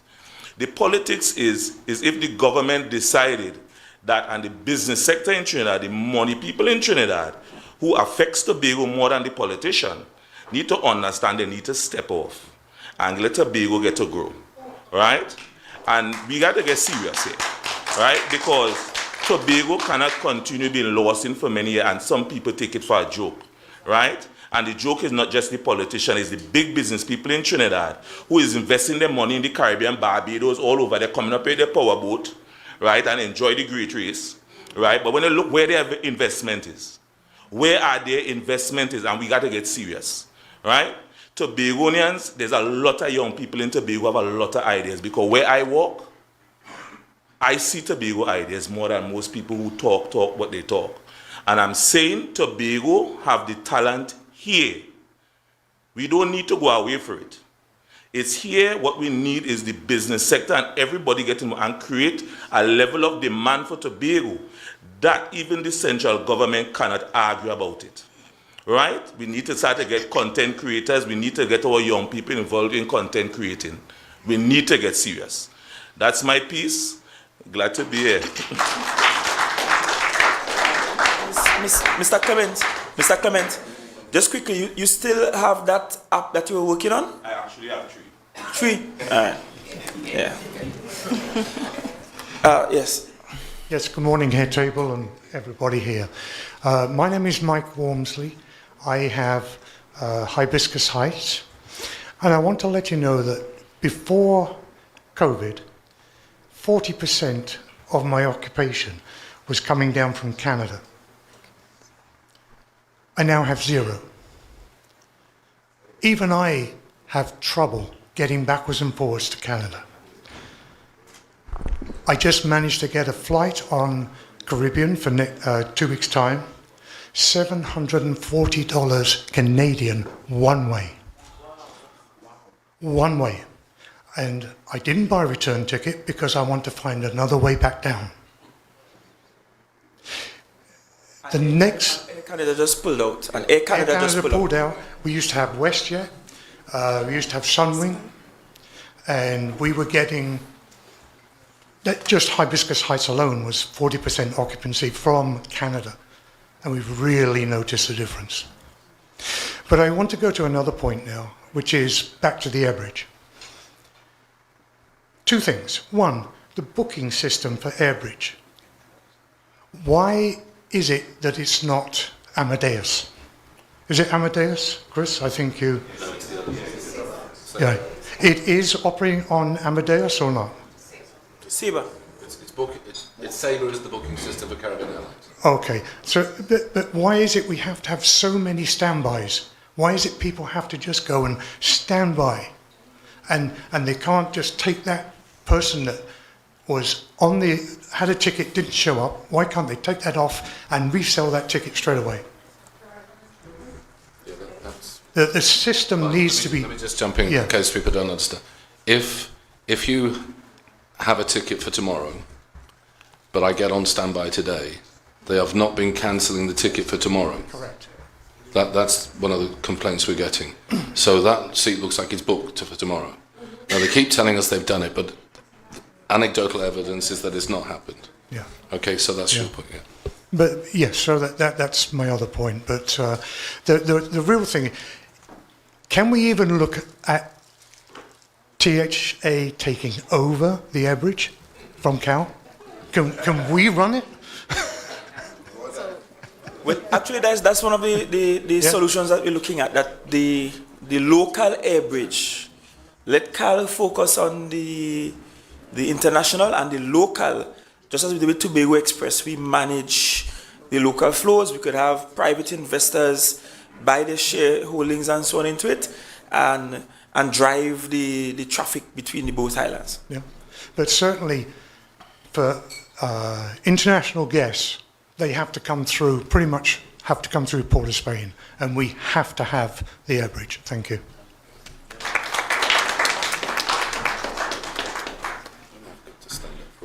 Yes, sir.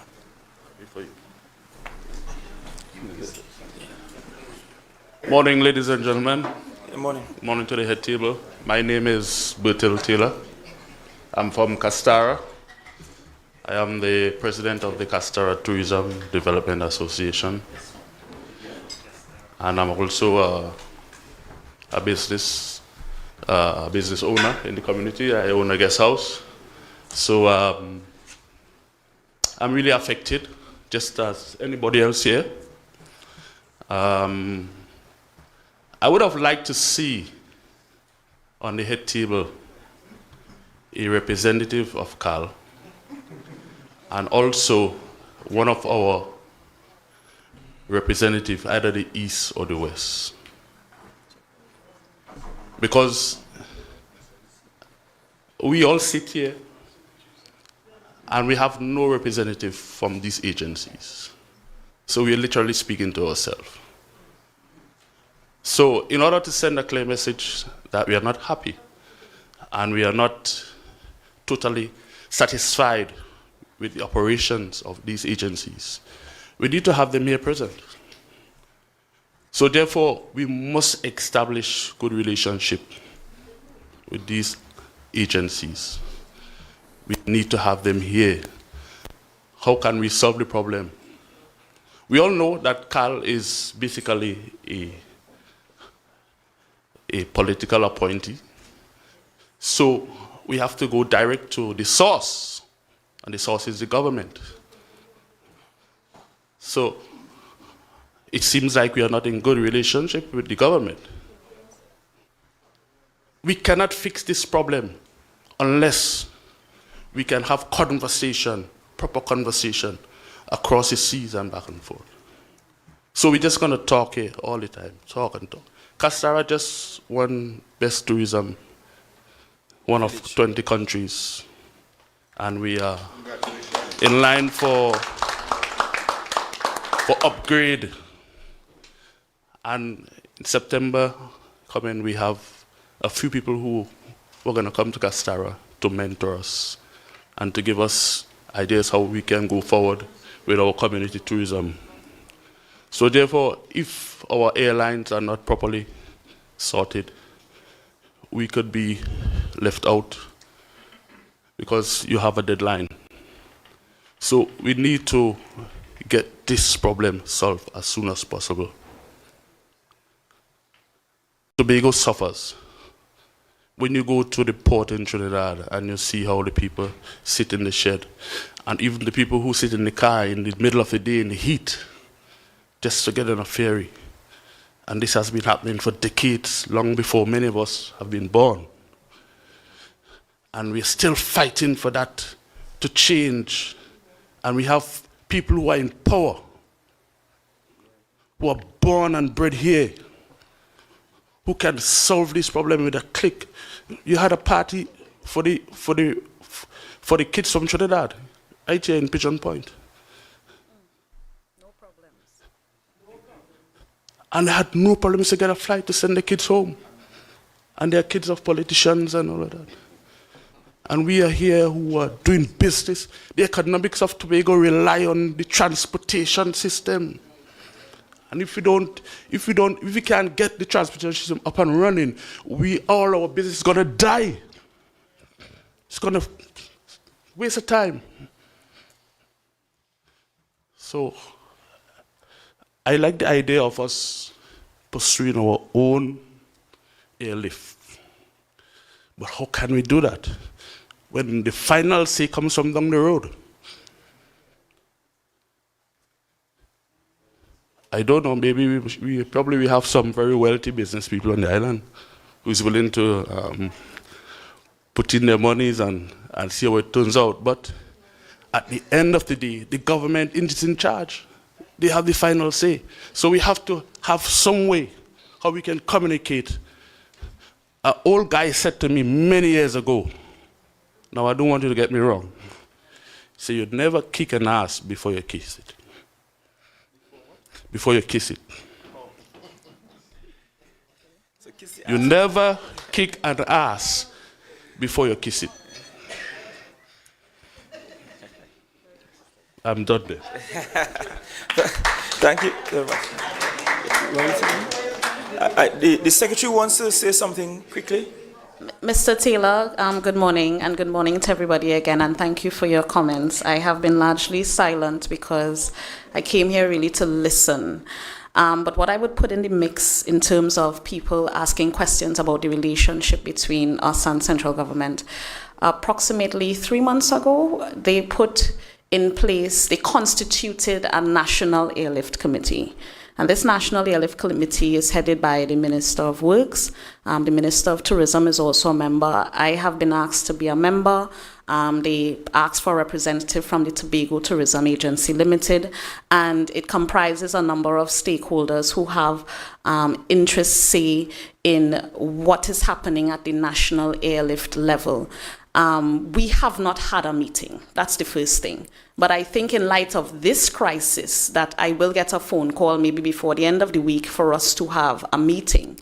Because when you look at what is happening in the airlift situation, before we came into government, we were spending, Tobago that is, was spending on average $30 million a year for direct airlift for only basically two or three flights, which is BA, Virgin, Condor. $30 million is a lot of money. And if you think about how much we spend for direct airlift and how much we will have to spend to get airlines to fly in Tobago, that is a lot of money that is required to be invested that the THA simply does not have. It is my hope that the purpose of this airlift committee is to address international direct airlift to the destination as a whole, not just selling Trinidad as a hub and making sure airlines can fly into Piarco, but how are we also getting airlines to fly directly into Tobago without the THA having to pay for that? Because Trinidad does not pay for airlift. We are the ones that have to pay for planes to fly directly.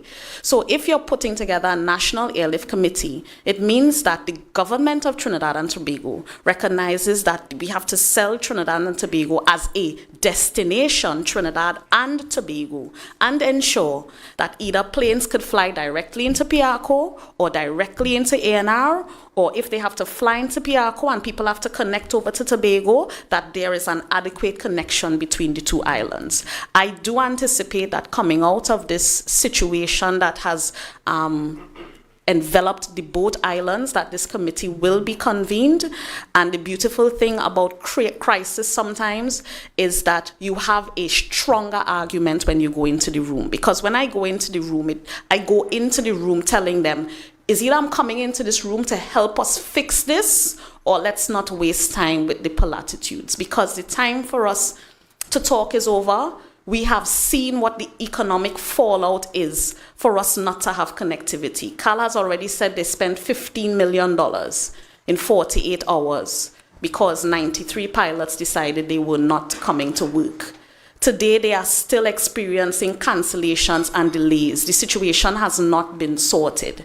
And in the midst of all of this, Tobago is the one that is feeling the brunt because the pilots are holding strong on one end, Carl holding strong on another end. They're willing to take the situation to court. What does Tobago do in the meantime?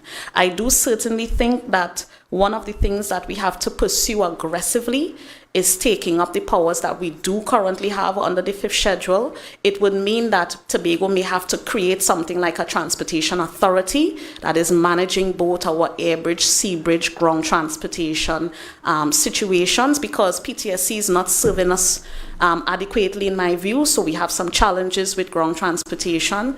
Certainly we have to look at alternative arrangements. When the Cabo Star goes on dry dock, we have a situation now where we have trucks waiting in Trinidad to come up. Goods cannot reach to the island, and nobody's saying, well, okay, can we put a boat in service in the interim until? I mean, nobody's saying these things. And if it means that the THA now has to step back and see what we can do on this end to put something in place to ensure that we can service the people of Tobago adequately, then that is our responsibility, and that is a responsibility that we will be taking up. Yes? Thank you. And I believe this might be our last. Oh, sorry, we have two others. So we have Mr. Gray and then the gentleman in the blue shirt. Yes, good morning, Gerard Smith. I currently sit on various secondary school sporting organizations. I will not say them all because I might take about 15 minutes to do so. Anyway, question, because I'm talking from experience. What arrangements can be made to move teams between the islands without having to have, in some instances, teams overnighting on the airport? Because I can tell you, there was an instance where there was a team that was representing a secondary school in Tobago. And on numerous occasions, they have had to overnight in the airport because they could not get flights. Yours truly, when I went down with another team, because they were the National North Division winners, we had to overnight in the airport because we could not get flights back. And this is a serious problem. Even I myself sometimes have had to overnight when you go down for meetings and you can't get a flight back to Tobago. Sometimes I feel traveling between Trinidad and Tobago is as if you're traveling between, because the length of time you spend in the airport is like traveling between here to go to Miami or to go to England or to go somewhere else. And I hear a lot of persons, and even in the height of when we had no boat at all on the sea bridge, when truckers had to put their cars or their trucks on the Atlantic provider and on the barge, and had to race to get to the airport to get a flight, to reach in or hope to reach in time to get the trucks off the boat. I would have seen one time a family at the airport, the cow on the boat with 15 pounds of seasoned meat because they come into vacation and they are in the airport for more than 11 hours. Another senior citizen loaded with vegetables, and in no length of time and vegetables don't go good. They start to wilt.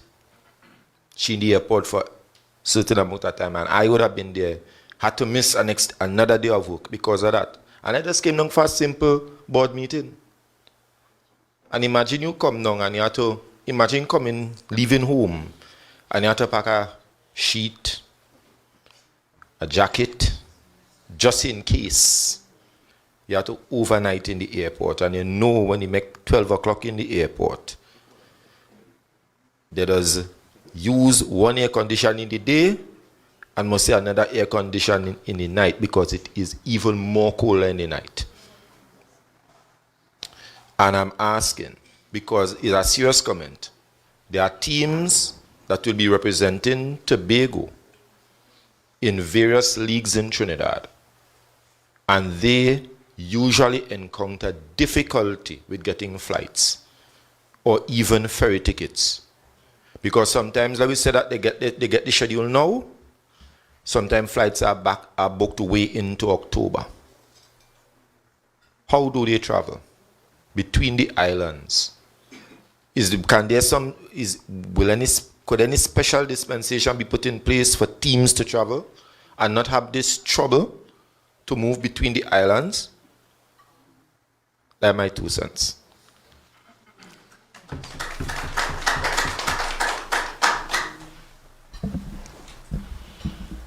Yeah, good morning, everybody. Respect to the head table, Brendan Gray, President of the Insurance Sector, Tobago. I listened to all the commentators this morning, and it mirrored on what happened between Caribbean Airlines and the pilots. I believe the pilots did us some good, although it turned out bad. Because what is happening now and the argument that we can make stem from what we see and what they did, probably. Fortunate for me, I traveled a bit. I lived in the Bahamas for 10 years. When I got there in '68, the Bahamas was no different then than Tobago was in the '80s. I'm sure a lot of you visited the Bahamas recently. What it is look like. It's boistering. Several 5-star hotels. At the port is 8 berths for big ships. Direct flights to Nassau and to some of the other islands. And I could recall that in 1970, Sir Clement Maynard, the Minister of Tourism, coined a phrase similar to what we have. It's better in the Bahamas. That was the phrase. Just like what we are doing, greatest little island on the planet. And someone said earlier that has to be ingrained in the peoples of Tobago.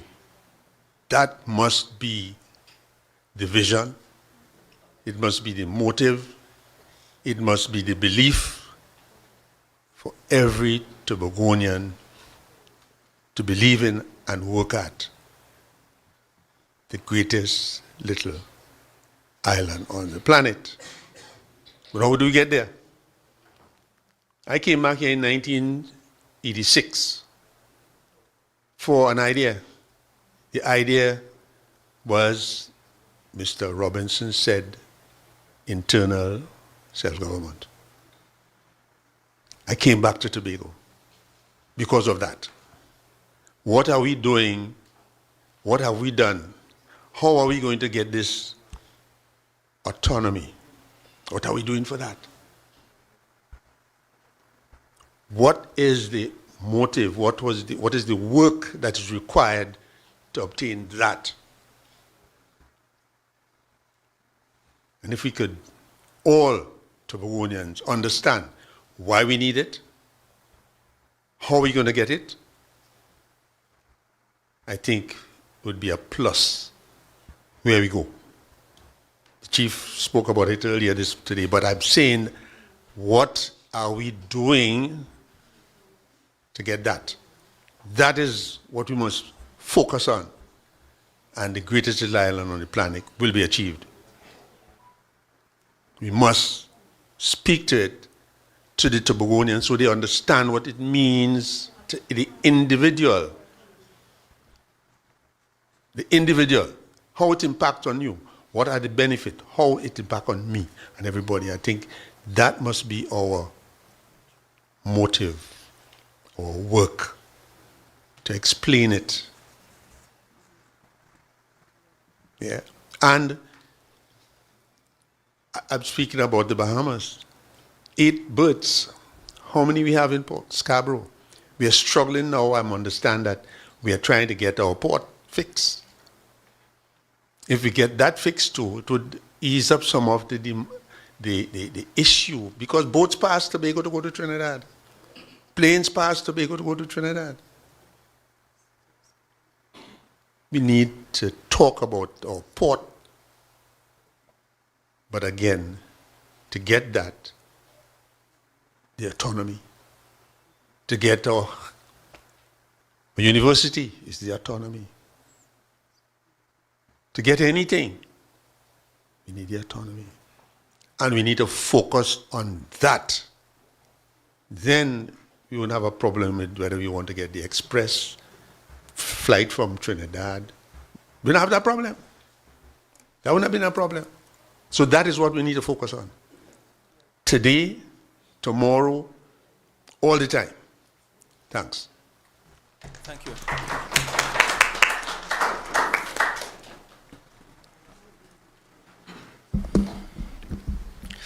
Good morning, everyone. Good morning. Or good day, I think it's already lunchtime. My name is Carl Pirstel. I'm the general manager of the Blue Haven Hotel. And I wanted to share with you all from a hotel perspective how the airlift situation has affected us. Every month, right now we just have 3 international flights. So the 2 BA flights and Condor, which is seasonal. So the airlift between Trinidad and Tobago is extremely important to us at the moment. With just 12 flights, half capacity, we lose bookings every month. We had guests contact us, their flights to Trinidad, and they contact us, hey, can you help us get a flight over to Tobago? We even tried contacting Caribbean Airlines directly, and they told us, let them try standby. You know, imagine foreigners coming the first time to Trinidad and Tobago to see the island with their families, and they have to say, try standby. They told us, no, forget it, we cancel. We rather fly to Barbados, we go to St. Lucia, or we go to Antigua, where we can even fly direct. So it's really important that we get more flights. A recommendation I have is maybe at least get a late night flight going again, like we used to have. The last flight from Trinidad and Tobago is, I think, at 8:40. And I think on Wednesdays at 10:30, but it's not enough. When we have people coming in from Miami, people coming in from New York, they can't come over. And no one wants to spend a night in the airport, especially as tourists, you know. In 2005, I remember we had 14 international flights, I believe it was, and 24 flights between Trinidad and Tobago. We were booming. Back then, I believe we were the greatest little island on the planet. I've been to almost all the islands in the Caribbean, and Tobago is truly special.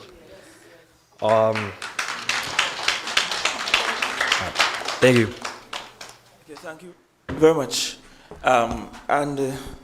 I'll say these things as we wrap up, and I recognize Mr. Lord, who has finally made it across, the head of the Tourism Association here. One, we at a quandary in terms of the marketing of the island. People always comment and say, well, you're not marketing Tobago enough. You're not spending enough on marketing. But you know, the thing about marketing, if we put right now the kinds of money into marketing that Barbados and those islands put into marketing, we will not see the returns. Because there's just no way for people to get here. So we're at a quandary in terms of that chicken and egg situation. Which comes first? How much more should we spend in marketing? How much more should we ramp up in marketing? Because we have a challenge on the flight side. And I'll just give a quick example. For world travel market, for Tobago to show up at World Travel Market in London and to say to the world, that's one of the largest travel markets in the world, perhaps, save and except for perhaps Berlin, ITB in Berlin. ITB is the biggest. For London alone, and it's coming up again this year, and you will hear talk about whether or not Tobago should go on, whether we should spend that money to market there or not. You go to World Travel Market, and one of the reasons why last year I took information division and in real time we were showing people what's happening around. You say, you could see what other countries investing in this thing. You go to World Travel Market and people have upstairs and downstairs and palaces to represent the country in terms of the display and so on.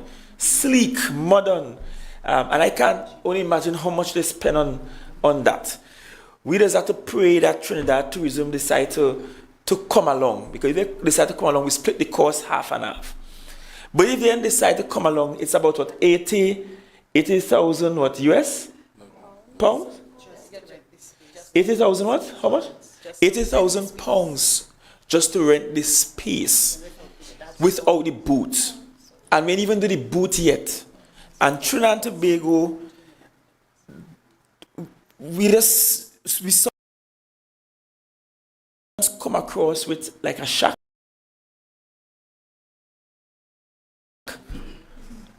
While countries that I believe are not as well off, or who hasn't been as well off as we have been, have palaces there to represent the country. They have brands. I see Ansa McCullough's in the room. I will love Ansa McCullough still here? They're gone? I hope somebody can give me a number. Because oh yeah, Ansa McCullough is still here. I will love to see when we go to those places to do those marketing that the Caribs come on board and be part of it, because in other countries the private sector use that as an opportunity to brand themselves too. So they contribute to this cause. But the point is, if we don't show up at those events, then we are saying to the world Tobago not really open for business. There is a fallout. Nobody sees us, nobody hears us, and it's the only place you could go, Germany and London, that you could go, and in the same place, you could meet, in 1 week, you could meet probably 50 industry insiders. You're talking about tour operators, airlines. It was at Germany we convinced Condor to come back, right? If we don't go to those places, we have to spend the money to go to several countries to meet several people. So you got to go and meet people individually all over the world. There, everybody's in the one space, you get to meet with everybody. So it costs money. But the question is, after we spend that money and make that investment, how much can we get back realistically without transportation? The second thing is, I think we just have to do it and let them say no. What do I mean by that? We can't sit in this room and giving the central government a pass here and the agencies a pass here. We can't sit in the room and say, well, we know if civil aviation go approve, or although they have shown a proclivity to diddle-dally and take long to decide yes or no. Well, we don't know if this will approve, that will approve until we do the thing. So Mr. Jerry, Mr. McFarlane, sorry, I'll be happy to engage whomever. There are people in the room who could help us get to what's getting back something like Tobago Express. Let me do it. Put the ball in their court and let them say no, and let them explain to the Tobagoans and Trinidadians why they say no. But I don't want to sit in the room and decide, we ain't sure if they're going to say no, so we ain't going to do it. Let us do everything we're supposed to do. You see, in the same way, when I just came into office, I said to Cal, we got to pay the money to keep the airport in Tobago open. All now then give us the extra flights. And I still waiting with the THA money to pay to keep A&R Robinson open till 1:30 in the morning or 2 a.m. in the morning. The offer is still on the table. Let us do everything we should do and let them say no and explain why they're saying no. Because I know I'm telling you that there's a political implication to them saying no. Third area, transportation agency. You know, at the 14th sitting of two THAs back in 2018, I was a minority member then, and there was a private member's motion. I just literally pulled up the email of August 13, 2018, sent by then Councillor Dr. B. Israel. And the motion that we debated then, that we presented as a minority then, simply says this.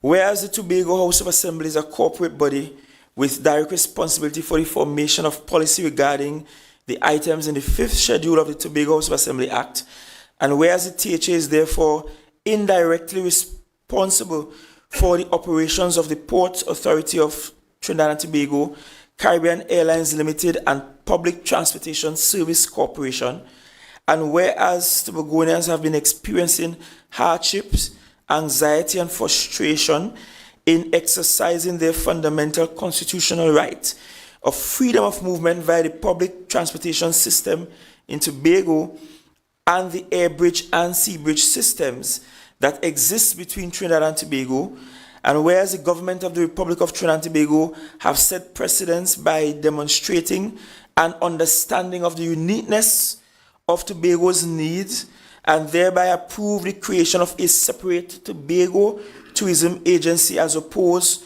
to a tourism development company for both islands, and whereas the proposed Tobago bill proposes to give Tobago greater autonomy over the transportation sectors of the island if the Parliament of the Republic of Trinidad and Tobago should enact such constitutional change.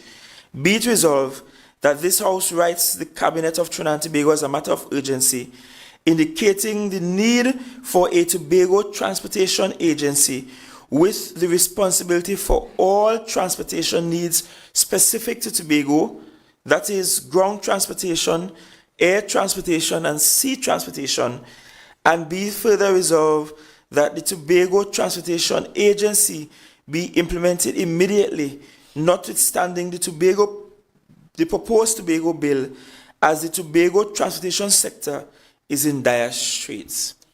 That was a motion that we debated in the House. I don't think it got approved.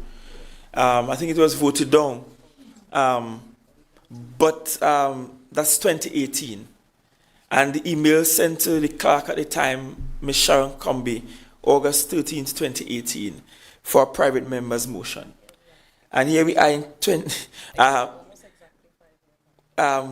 exactly 5 years after, because today is the 29th, right, of August, discussing the same thing. And so clearly we have a problem with executing, with doing. And so the Secretary, I'm saying, run full speed ahead. Get the framework for the agency going and let us get moving. I have decided in my own sphere that for some things we just have to do. We just have to just do it. Forget the red tape and just get it done. Just put it out there. Will there be some implications? Will there be some pushbacks? Possibly so. But at that time, when we get to that bridge, we will cross it. We will have those public debates. But for now, just pull the elements of the agency together, get the framework, get some people around the table to write the policy, because you have to be driven by some solid information and some direction as to how it will look like, what it will look like, how it will operate. Because in my mind, what we need is an integrated agency that sees about air, sea, and ground transportation. Must be integrated. And I always reference the first time I visited Paris as an individual. Took a flight, a budget flight, because I couldn't afford the train across the English Channel. So I took a budget flight to Paris. You land at the airport, and when you get to the airport there, you can purchase your card. You could take a train from the airport. You end up in the center of Paris, around where the Louvre is there. You come out with the same card. You take a bus from there with the same card, and you could hop on and off the bus a million times and stop at all the attractions you want whole day with the one card. And when you're done, you take the one card, you swipe it again, and you take a train back to the same airport and catch a flight and go back to London, where it's much cheaper to stay. The point I'm making, that could only happen because you have an integrated transportation system where things are not operating in isolation or in silos of each other. Air, sea, a ground transport working together. And similarly, one should be able to get to Tobago, get picked up, take a bus from the airport, take a bus from town, and you are in Englishman's Bay chilling for the rest of the day. And then when you're done, you catch a bus by the junction of Englishman's Bay, and you're back to catch your late night flight. Because all the visitors coming may not be able to spend more than a day, but they must be able to come and spend some money on the island. And then that brings me to the issue of port development as it was raised. We are ready, and we'll be calling on the business community soon to look at the presentations. We did put out some RFPs, and we got some takers. I could tell you there are 2 competing offers right now to do port development in Tobago. The smallest offer is $500 million US. We're talking about companies that find their own financing and ready to spend it in Tobago to develop port. So we'll be coming to the business community to talk about it, because you have to help us decide, help us look at the offers and see what's best. And not just the business community, but the wider Tobago. But of course, we expect some challenges down the road, because some of the approvers and so are not resident here on the island. But we have to push. Scarborough is inefficient as a town as it is. And if we're talking movement of people, we have to get a way to develop our ports. There are offers being made for marinas around the island. That too is another area that we have to look at, because there are downstream sectors from that. If you have cruise ships coming in, large cruise ships coming in, if you have private boats and yachts coming in and so on, you need the mechanics, you need fuel, you need food, you need private chefs, you need on-land entertainment for these individuals, the fees and taxes paid through customs and immigrations and so on. A whole lot of events attendant to that. Things for us to look at. And I'll close this off by referencing what I observed in Montego Bay recently. Recently, I paid my own way. I need to say that. I paid my own way to attend a conference in Montego Bay. So you all didn't pay for me to attend. I paid for my ticket and my wife's ticket and the baby's ticket to attend. So, but we went through Montego Bay because the conference was happening in Montego Bay, and I didn't want to chance driving the 4 hours from Kingston to Mobile with a baby who might be fussing, right? If I'm alone, no problem. I'm accustomed to that drive. So to get there, we had to go through Panama and then go to Montego Bay. Second time I'm landing in Montego Bay for the year, because when I visited Jamaica earlier this year, I went there straight from Berlin, Germany. And I was able to get a direct flight from Berlin all the way to Montego Bay. On both occasions, the airport is overwhelmed with people trying to get through. So much so that you could tell the airport is too small now for the volumes of traffic. More traffic at Mobay Airport now than at Kingston Airport. Part of the reason is because they developed cruise ship complex out in Falmouth, in the Trelawney area there. And that is now a base, a hub for some of the cruise ships. So you start your cruise there. So people have to fly into Jamaica to start their cruise there, the Caribbean cruise there. So ton loads of people. But there's some clever things that they're doing. You could pay to become a part of Club Mobay. When you pay to become a part of Club Mobay, somebody meets you at the entrance when you come through the tunnel from the airline, from the airplane, meet you there and whisk you through like a diplomat. But you're paying for that extra service. So they expand the airport, but they have special services that you could pay to fast track, and people paying the money to be fast tracked through the service. So the Mobay Airport earning more money just because they had the volumes of people. But this time around, I departed from Mobay directly to get to New York for Tobago Day. So first time in my life I'm ever leaving Mobay Airport. And when I look at the variety of airlines leaving Montego Bay, it made me realize that we really need to diversify our industry, our travel industry, air travel industry in the country.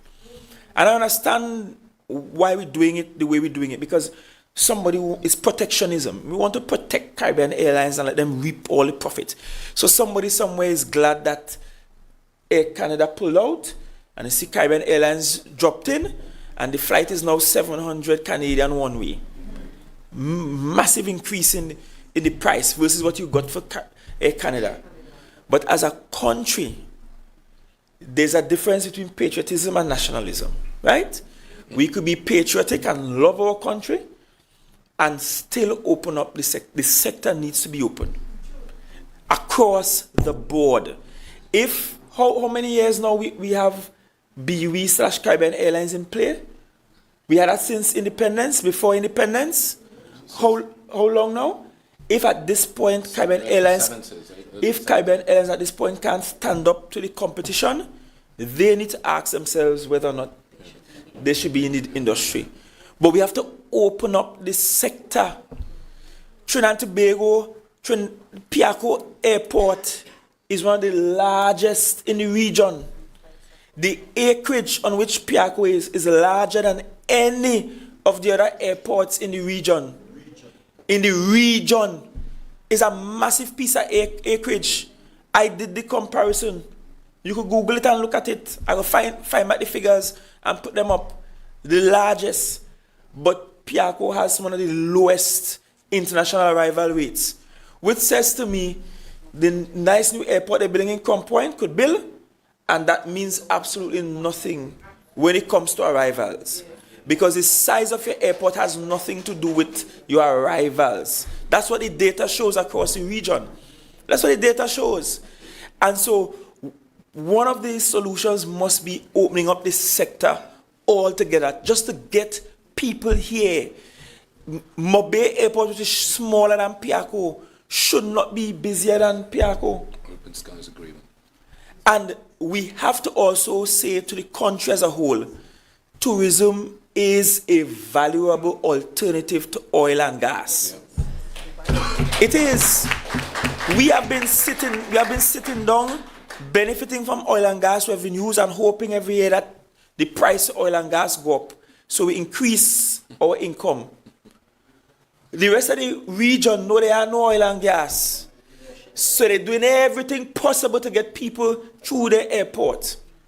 We sit back, relax. And who come? Look at Berlin. In Berlin, Tourism Trinidad was supposed to join us. Yeah, well, let's see it. Right? She ain't gonna say it, I gonna say it. Tourism Trinidad was supposed to join us. we co-shared the cost for Berlin, but we get to Berlin and there was no tourism Trinidad. Caribbean Airlines alone showed up. No tourism Trinidad. This country serious about tourism? Them ain't show up, then come. And we there marketing the hell out of the thing, fighting, talking to everybody, every possible airline we could talk to, trying to get them to come. And I think one of the things we should do for November for London is to invite a rep from civil aviation to come along with us. I want to sit down in the rooms with the airlines and see that people are actually interested in coming and that it will serve us. Our sector, Mr. Wilson there, he will tell you, our civil aviation, we do traffic control for most of this part of the region. All them other small islands, we doing the air traffic control for them. So we sitting down in our towers watching all the planes going into their countries and managing the air traffic control for them. We manage it for them. And we are even trying to get more traffic into our space for ourselves. Make that make sense. So radically, we have to open up the sector. I know some wouldn't like to hear that. I know Cal wouldn't like to hear that, but we have to open up the sector. People in the US saying, get JetBlue to come to Tobago. If we get that, that's a big plus. Yes.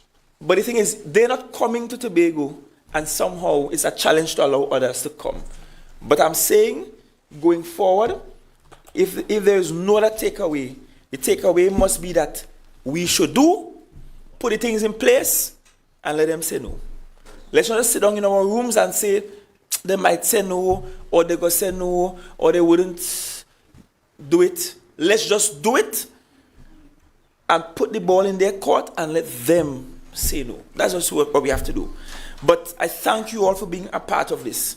We got quite a number of recommendations from the Standing Committee on Transportation to be restarted, trying again to get representatives appointed by us on Cal and Port Authority, getting the communication with Cal and the industry insiders opening up. So not just Cal and THA, but Cal and the NGO groups in the industry. We will do an audit. Ms. Edwards tried to pull the figures of what happened when we had the leased planes and how Tobago benefited. I could tell you, I don't need to keep a next jazz festival if it is leasing those planes, bring more people and put them in the beds. Right? We have to answer the question PR-wise of, what does this air bridge mean to us? What does Tobago mean to the country, really? We also have to work again at the in-transit desk. That has been talked about for years. 15 years. For 15 years. And there's been no. But we will keep knocking about the in-transit desk. The question of this being an essential service, if the court could say it's an essential service, you can't protest. Then it must be treated as an essential service. So it must be provided. Mr.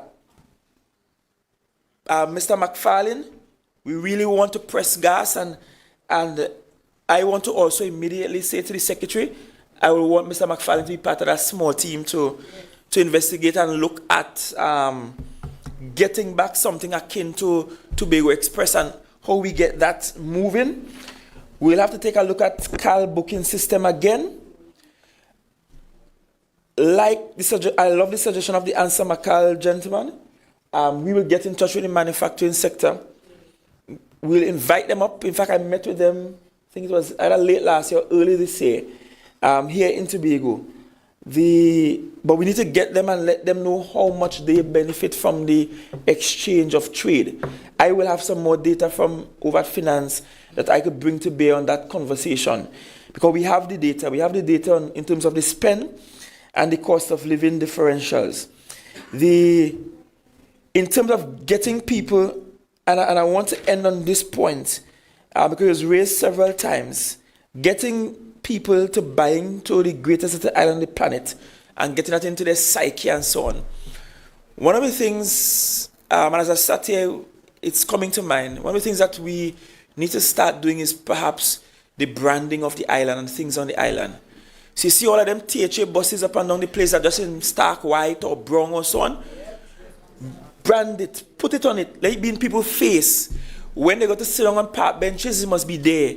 So it must be a constant reminder in people's mind that you have an island that is enviable. The gentleman from Blue Haven, Mr. Carl, I wrote the name down. You said it, we have assets here that can be sold to the rest of the world. We have assets here that people want. I too have traveled, many of you have traveled. You see other places, and you say, but I get this back home. We could do this. At times, people make me pay a certain money to drive from Kingston to Negril or the outskirts of Negril, far, far, far. They call it river walking in Mayfield. I say some big deal. You're just walking up a river, the river in space, they're just walking up the river. And then the tour guide ever so often climb up on a tree and dive off and somersault and make some tricks and they applaud. And they get 1-2 little hole that when they drop down in it, you come out in the next part. That is the whole river walking experience and to eat some jerk chicken. And I said, but what is this? Argyle Waterfall is much more adventurous than this. But then they go to the falls and you see they have nice steps on the side going up with railings to hold on to and that kind of thing, and tour guides and so on, neatly attired and so on. The point is we have the assets here. We have the things. I see Mr. George here. Mr. George go all the way in India behind birds, Africa behind birds, all over the place.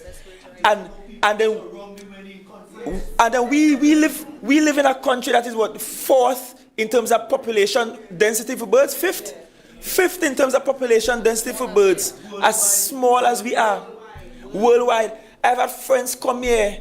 In fact, I had a meeting with some workers from the U.S. Embassy, those in charge of public affairs, and so we were at Backlet Beach Club having a lunchtime meeting. And the only thing they're talking about before the meeting could go on is that why are we hearing so much birds? Birds morning, noon, and night. Birds everywhere. They want to see the cockrico. I had to carry them outside and find the cockrico. Where the cockrico was there making noise. The point is, the assets are here. Sean Robinson here. The diving that you get here is second to none in this part of the region. Right now, Grenada, I just saw a week ago, Grenada were making more statues to plant underwater. To continue this whole big village of statues. Them have to build statue and put underwater. And we are things that God make, that no man could build. Nobody could build a big brain core like that. We are things that no man could make. And somehow we can't get the people here to see the wonders that we have. So the point about the greatest little island is that we have it, We have it. It's in you, Tobago. We have it here. It's here. We don't have to import it. We don't have to buy it. We don't have to pay for it. It's here. We just need to tap into it, expose the thing, develop the thing, and we'll see how great we could really be. We have been selling ourselves short for far too long. Let me stop selling ourselves short. Think big. Be biggish. We know about being biggish. You can't be smallish all the time. Be biggish about yourself and have pride. And having that pride means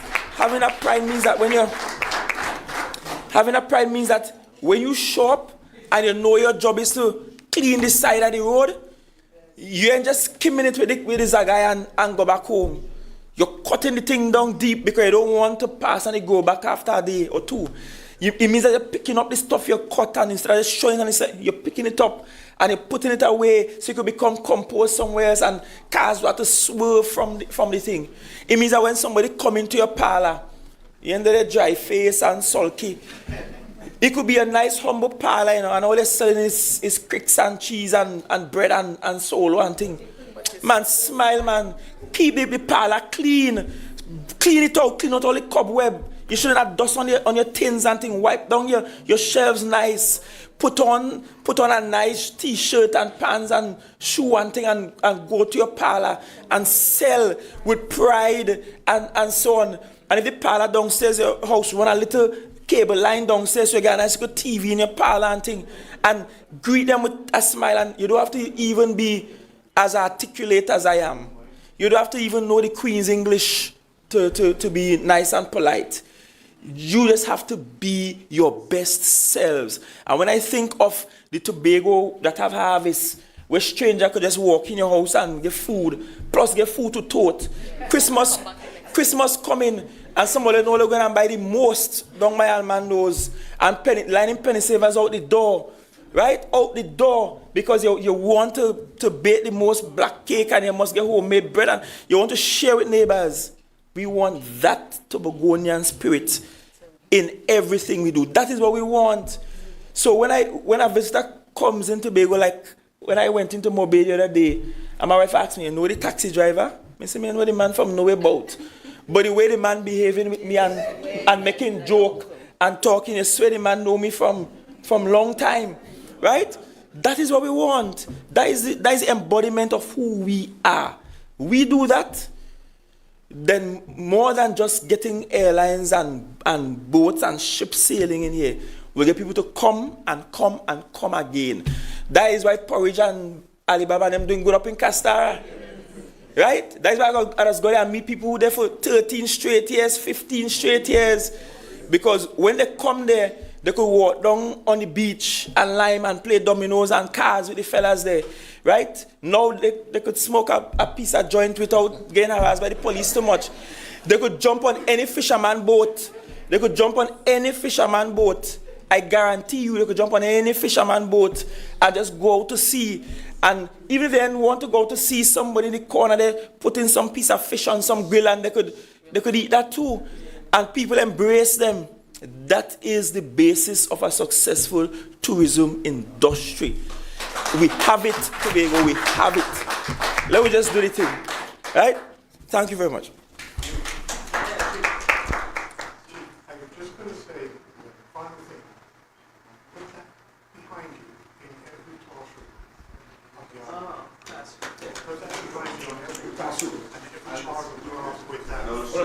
So for those who didn't, he has the mic. So you can just repeat your contribution. Oh, yeah. What I was saying is, put that sign in every classroom, in every school on the island, and let children grow up with that. I also would like to suggest that you put that sign at every port, on top of the port, and at the airport also. So let me take this time to thank each and every one of you for your contributions. I'd also like to thank our online audience who also shared recommendations which will be recorded. So as we end, I'd like to invite Mr. Chris James, immediate past president of the Tobago Hotel and Tourism Association, to deliver the vote of thanks.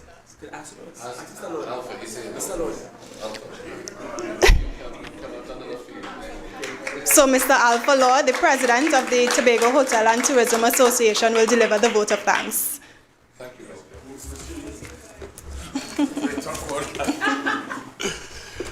Good morning, everyone. I want to firstly apologize for getting here just about closing time. Unfortunately, I was in the airport since 4 o'clock this morning, trying to get here, and yesterday was even worse.